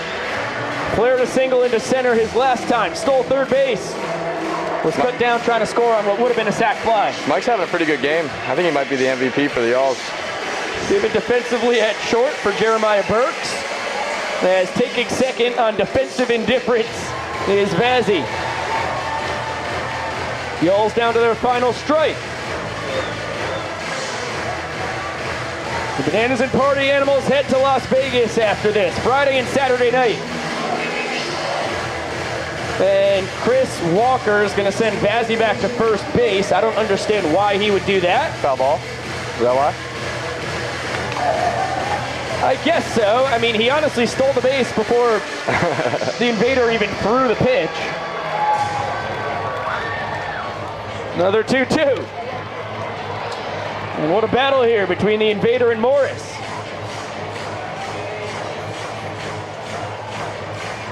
DJ working quickly. That one misses inside. Count runs full, and Vazzy finally at second base. Once again on defensive indifference. Payoff pitch. Chop toward short. Brian Cox tries to barehand it, gets a funky hop. And coming around to score the first run of the night for the Y'alls is Christopher Vasquez. Oh, we got a little celebration now, Mike too. Morris, the hitting coordinator, getting the knock. And what a celebration around Vazzy at the dish. Well, you knew the Y'alls didn't want to leave Grayson Stadium tonight without a point, so you had to have one bounce in their favor. No time better to score a run than in the final inning. Every run counts as a point here in the ninth. Morris off to second. Ooh, between the legs, Jackson Olsen. What a play. His sixth trick play of the year secures a 5-1 victory for the Bananas. They're out hit by the Y'alls 11-9, but walk away 5-1 victors in the all-important points category. Chase Acuff, before we let you go down and celebrate and hang out with the guys, how fired up are you for Las Vegas? Oh, I'm so fired up. Never been. Me neither. I've just heard a lot of great things about it, and it's going to be a great time. That's a fact, man. Can't wait to see you doing the slick glove work and bringing that big bat to Sin City. Thank you so much for hopping on the mic. Thank you, Biko. And Chase, congratulations once again on the Masters, buddy. Thank you, Josh. Appreciate it. Let's throw it down to Bill Leroy as he shouts out his teammates. Put your hands together for myself, Bill Leroy. And himself.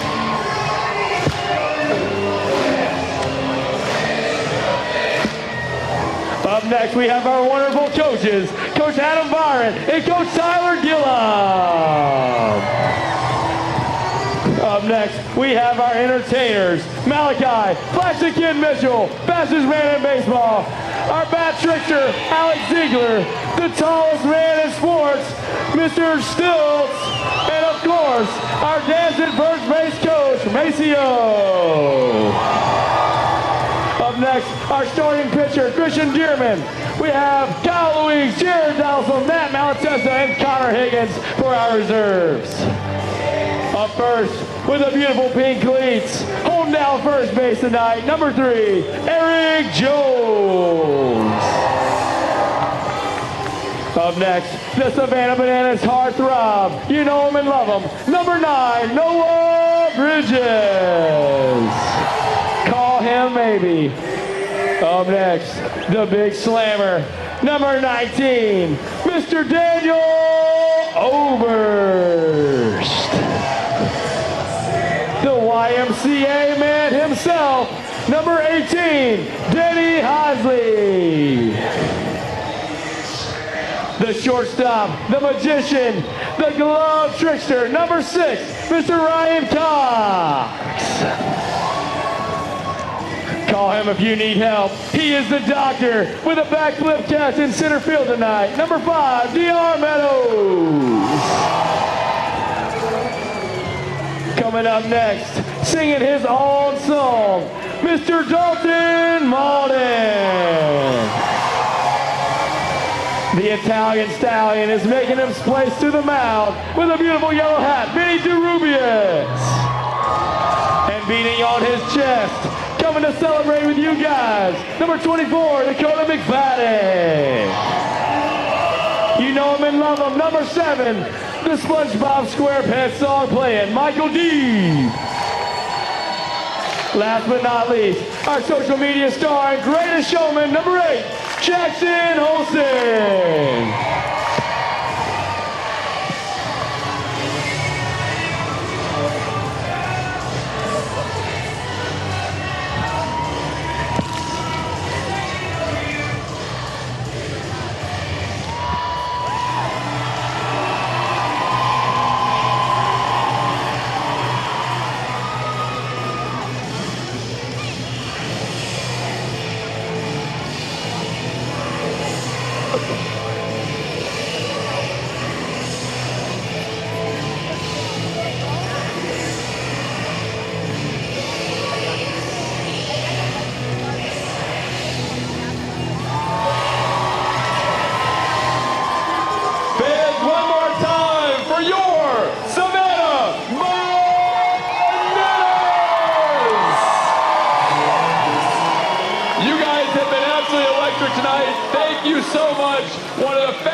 Games in Bananas history. Round of applause too for the Florence y'all coming here 10 hours to have a lot of fun with Banana Ball. Man, you guys have been great. We love you so much. The whole team, the whole cast, everyone will be outside in front for the Plaza Party to meet and greet, and thank you guys. We'll see you soon. Well, Jesse hit the nail on the head right there. An enormous thank you to the Florence Y'alls, who dazzled us with, in my opinion, the greatest challenger game of all time. Oh, no doubt, Miko. I mean, just a phenomenal game. We had fast MPIs, great defense, trick plays from the Y'alls, just a total buy-in from their team. I mean, the Bananas come away with a 5-1 win, but it really doesn't feel like the Florence Y'alls lost this game by any means. They had runners in scoring position consistently tonight, a lot of traffic. 3 guys picked off within the first 4 innings of the ball game. That didn't help them as well, but understandable as they're trying to have fun, be a part of the show, kind of wide-eyed at a sold-out crowd. I mean, you heard a handful of them on the mic and in the booth saying that this was the largest crowd they'd ever been in front of before, and with the music blaring and jokes happening and trick plays occurring, very understandable that you can get lost in the sauce early on. I mean, you've got the energy from the fans. They see the trick plays. They see all the antics, and there's more of a buy-in. There's more energy coming onto the field, radiating into those guys. I mean, like Jesse said down there on the field, 1 hour and 39 minutes. Yeah, incredible. And I mean, you don't get that pace of play without the Y'alls completely buying in. So shout out to Chad Rhodes and their entire staff and team, because I just can't tell you how light I feel. This was a breath of fresh air. I'm so happy. I'm filled with joy. Serotonin is flooding my brain right now. I'm just amazed at what the Y'alls did tonight. I mean, we've got to have these guys back. That's all I'm saying. This was truly one of the greatest games of the World Tour this season. Couldn't agree more, and you couldn't set up a situation to expect less buy-in from a team. They've played 3 games already, Thursday, Friday, Saturday night. They got drubbed the first couple games, gave up 24 runs, 38 hits within the first 2 games of the year. Then, as Chad said when he was on the broadcast, Matthew with the huge grand slam on Saturday night. They win 8-3. Then they travel all yesterday. Now they're going to get a little bite to eat hop on the bus. They're going to get back to Florence, Kentucky around like 8 a.m. maybe tomorrow morning, and that kicks off 12 straight games, 3 at home, 9 in a row on the road. I mean, this is an absolute slog for them, and they put it all out on the field tonight. I mean, look at it this way. You came to Grayson Stadium and you drove a long way to play a baseball game, but you got to have a lot of fun. This team got to mesh and gel together so much more. So going into that 12 games against their opponents in the Frontier League, they're just going to feel so much more comfortable with each other, confident about their baseball abilities and banana ball abilities, and I think it'll really help the Florence Yalls as they continue on early in their season. Shout out the Yalls. I am a Florence Yalls fan for the rest of the year in the Frontier League. I hope that they can escape from the West and take down the rest of their 15 opponents in the league. I know a couple years ago they dropped to the behemoth that is the Schaumburg Boomers, who have won like 4 championships in 10 years in the league. They're the Tampa Bay Rays. They've always got amazing pitching. But Chad Rhodes and company have a really good atmosphere around this bunch, and I really like what the Yalls are doing. And a big shout out to Anthony Mazzini, the Yalls broadcaster, now going into his 3rd year here, part of my class at Syracuse University. I graduated a year early, so I lost him for a second there. But for 3 years, we were in what felt like the same class. I got to spend about a half hour on the phone with him, gave me tons of great info about these guys. And I think Anthony will be really surprised by how bought in the team was. Even though he told me, says it feels like about 75% of the guys are like pretty fired up for this. But still, it's just all of the circumstances that we just talked about that made you think that the Yalls would maybe just be trying to get through this thing and pack it on to their 12 straight games that they're about to partake in. I mean, look, if only 75% were bought in before arriving at Grayson Stadium, I think it rubbed off on the guys who were still kind of on the fence. That entire team brought the energy tonight for sure. One more shout out for the Yalls. That was a stupendously fun evening. And a big shout out to Ben Schweigert. I recognize that name. That's a K Clubber. You are our winner tonight for the Hokas. Our 4th pair of Hokas given away. Our first K Clubber to be victorious. Shout out our good pals at Zappos for making it happen. Congratulations, Ben. Thank you so much for watching, filling in all the details, getting the Yalls keyword in there, and making it happen. I mean, he's a great supporter. It couldn't have happened to a better fan. Yeah, Ben's great. In fact, I've got like 3 weeks of K-Club content to catch up on.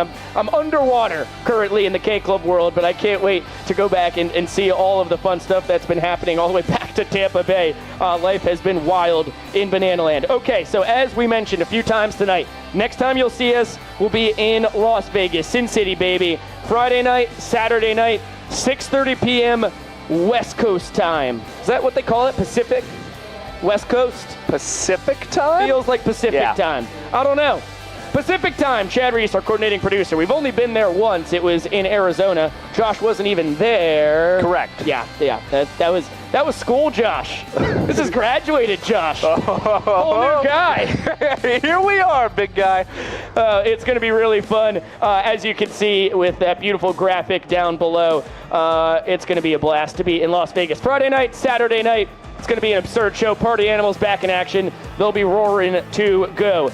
Speaking of graphics, shout out Julia Massey for showing you where we will be. Of course, we're heading to Oklahoma City and Tulsa after Vegas, but let's not count our ducks before we've gotten our eggs from them. You know what they say? They say that up on Glenary Farm. Our technical director and director, Griffin Ellis, 2 hats for one man, the brains behind all the tech we have. Excellent work on the switching and the directing tonight, my dear man. On the replay, Jalen Johnson is just as good as they come. Really phenomenal work by you, as per usual, Jalen. On audio tonight, Katie Duke. That's what I'm talking about. I couldn't hear it, but when I go back, I know it'll sound great because it always does when you are on the 1s and the 2s. On the score bug this evening, Kwanzi, one name, everybody knows it. He is just as good as they come. Then into the field, down on first base, you know her, oh, you love her. The Iron Horse of BTV showed her face on the broadcast on the pregame show on Saturday night for Chad's birthday bonanza. And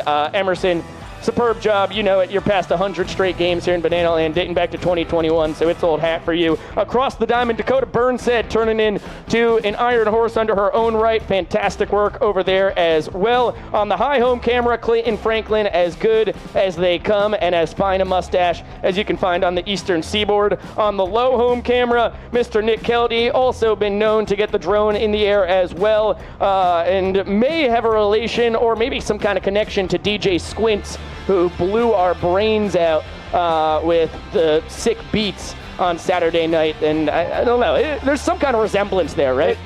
You know, there's whispers. Yeah, I hear them. I haven't seen him in the same place, so I'm not suspicious, but I'm a little suspicious. On the center field camera, Ben Barks. He is just superb out there on the scaffolding. Really tremendous work for you, Ben. And on the roaming camera, Chris Haynes. Just as good as they come, dancing around, moving about, and getting some really creative shots. Fan cam, Bella. Great work, Bella. Thank you for the cookies as well. I think Bella baked some cookies. She's like on a 3 or 4 broadcast streak of bringing in baked goods, and you can't get enough of that. Good job, Bella Soto. And our moderators tonight in the chat, Katrissa Ballet, Scott Thompson, and Cole Bite. 3 moderators for the price of 1. They are all the best in the business, and we could not do this without you. That's just really terrific work. Josh Talevsky. Boy, oh boy. Once again, congrats on graduating from the University of Georgia, and excellent work tonight. Biko, same to you. It's time we embark on this new journey. That's a fact, buddy. It's a brave new world. Big thank you to Dan Overs for hopping on the pregame show, Sean Fluke for getting on earlier tonight, Ray Rodriguez for coming up into the booth as well, Michael Vitamin Deeb, Cowboy Kyle Lewigs, and Chase Acuff as well. It was a packed evening in the broadcast booth. And I mean, let's not forget down on the field, Brian Fuentes, one of our mic'd up guests, and of course the party animals. Oh my gosh, booped it! The Florence Y'all's manager, Chad Rhodes. Throw it in the splitsies. That is a Josh blunder, and I'm so happy to not be the only one with blunders on my name. Ray Zuberer, thank you so much for being mic'd up over at second base, and Chad Rhodes, the manager, in lounging in your chair right outside the dugout. Same goes to you as well. And once again, another big thank you to the Florence Y'alls. This was a blast tonight. For our coordinating producer, the straw that stirs the drink, the brains of the whole operation, Mr. Chad Reese. Happy 2-day belated birthday. The decorations have somewhat been taken down on the pregame show, but we celebrate for a week, maybe even a month straight when Chad turns 24. He is just so good at everything he does. I am Biko Scala saying so long. We will see you in Las Vegas Friday evening, 6:30 p.m. for the pregame Pacific time, 9:30. Figure out the math, Beaks. Haven't taken stats since senior year of high school. 9:30 p.m. Eastern. I know it's going to be a late one, but that's happened. What's happens?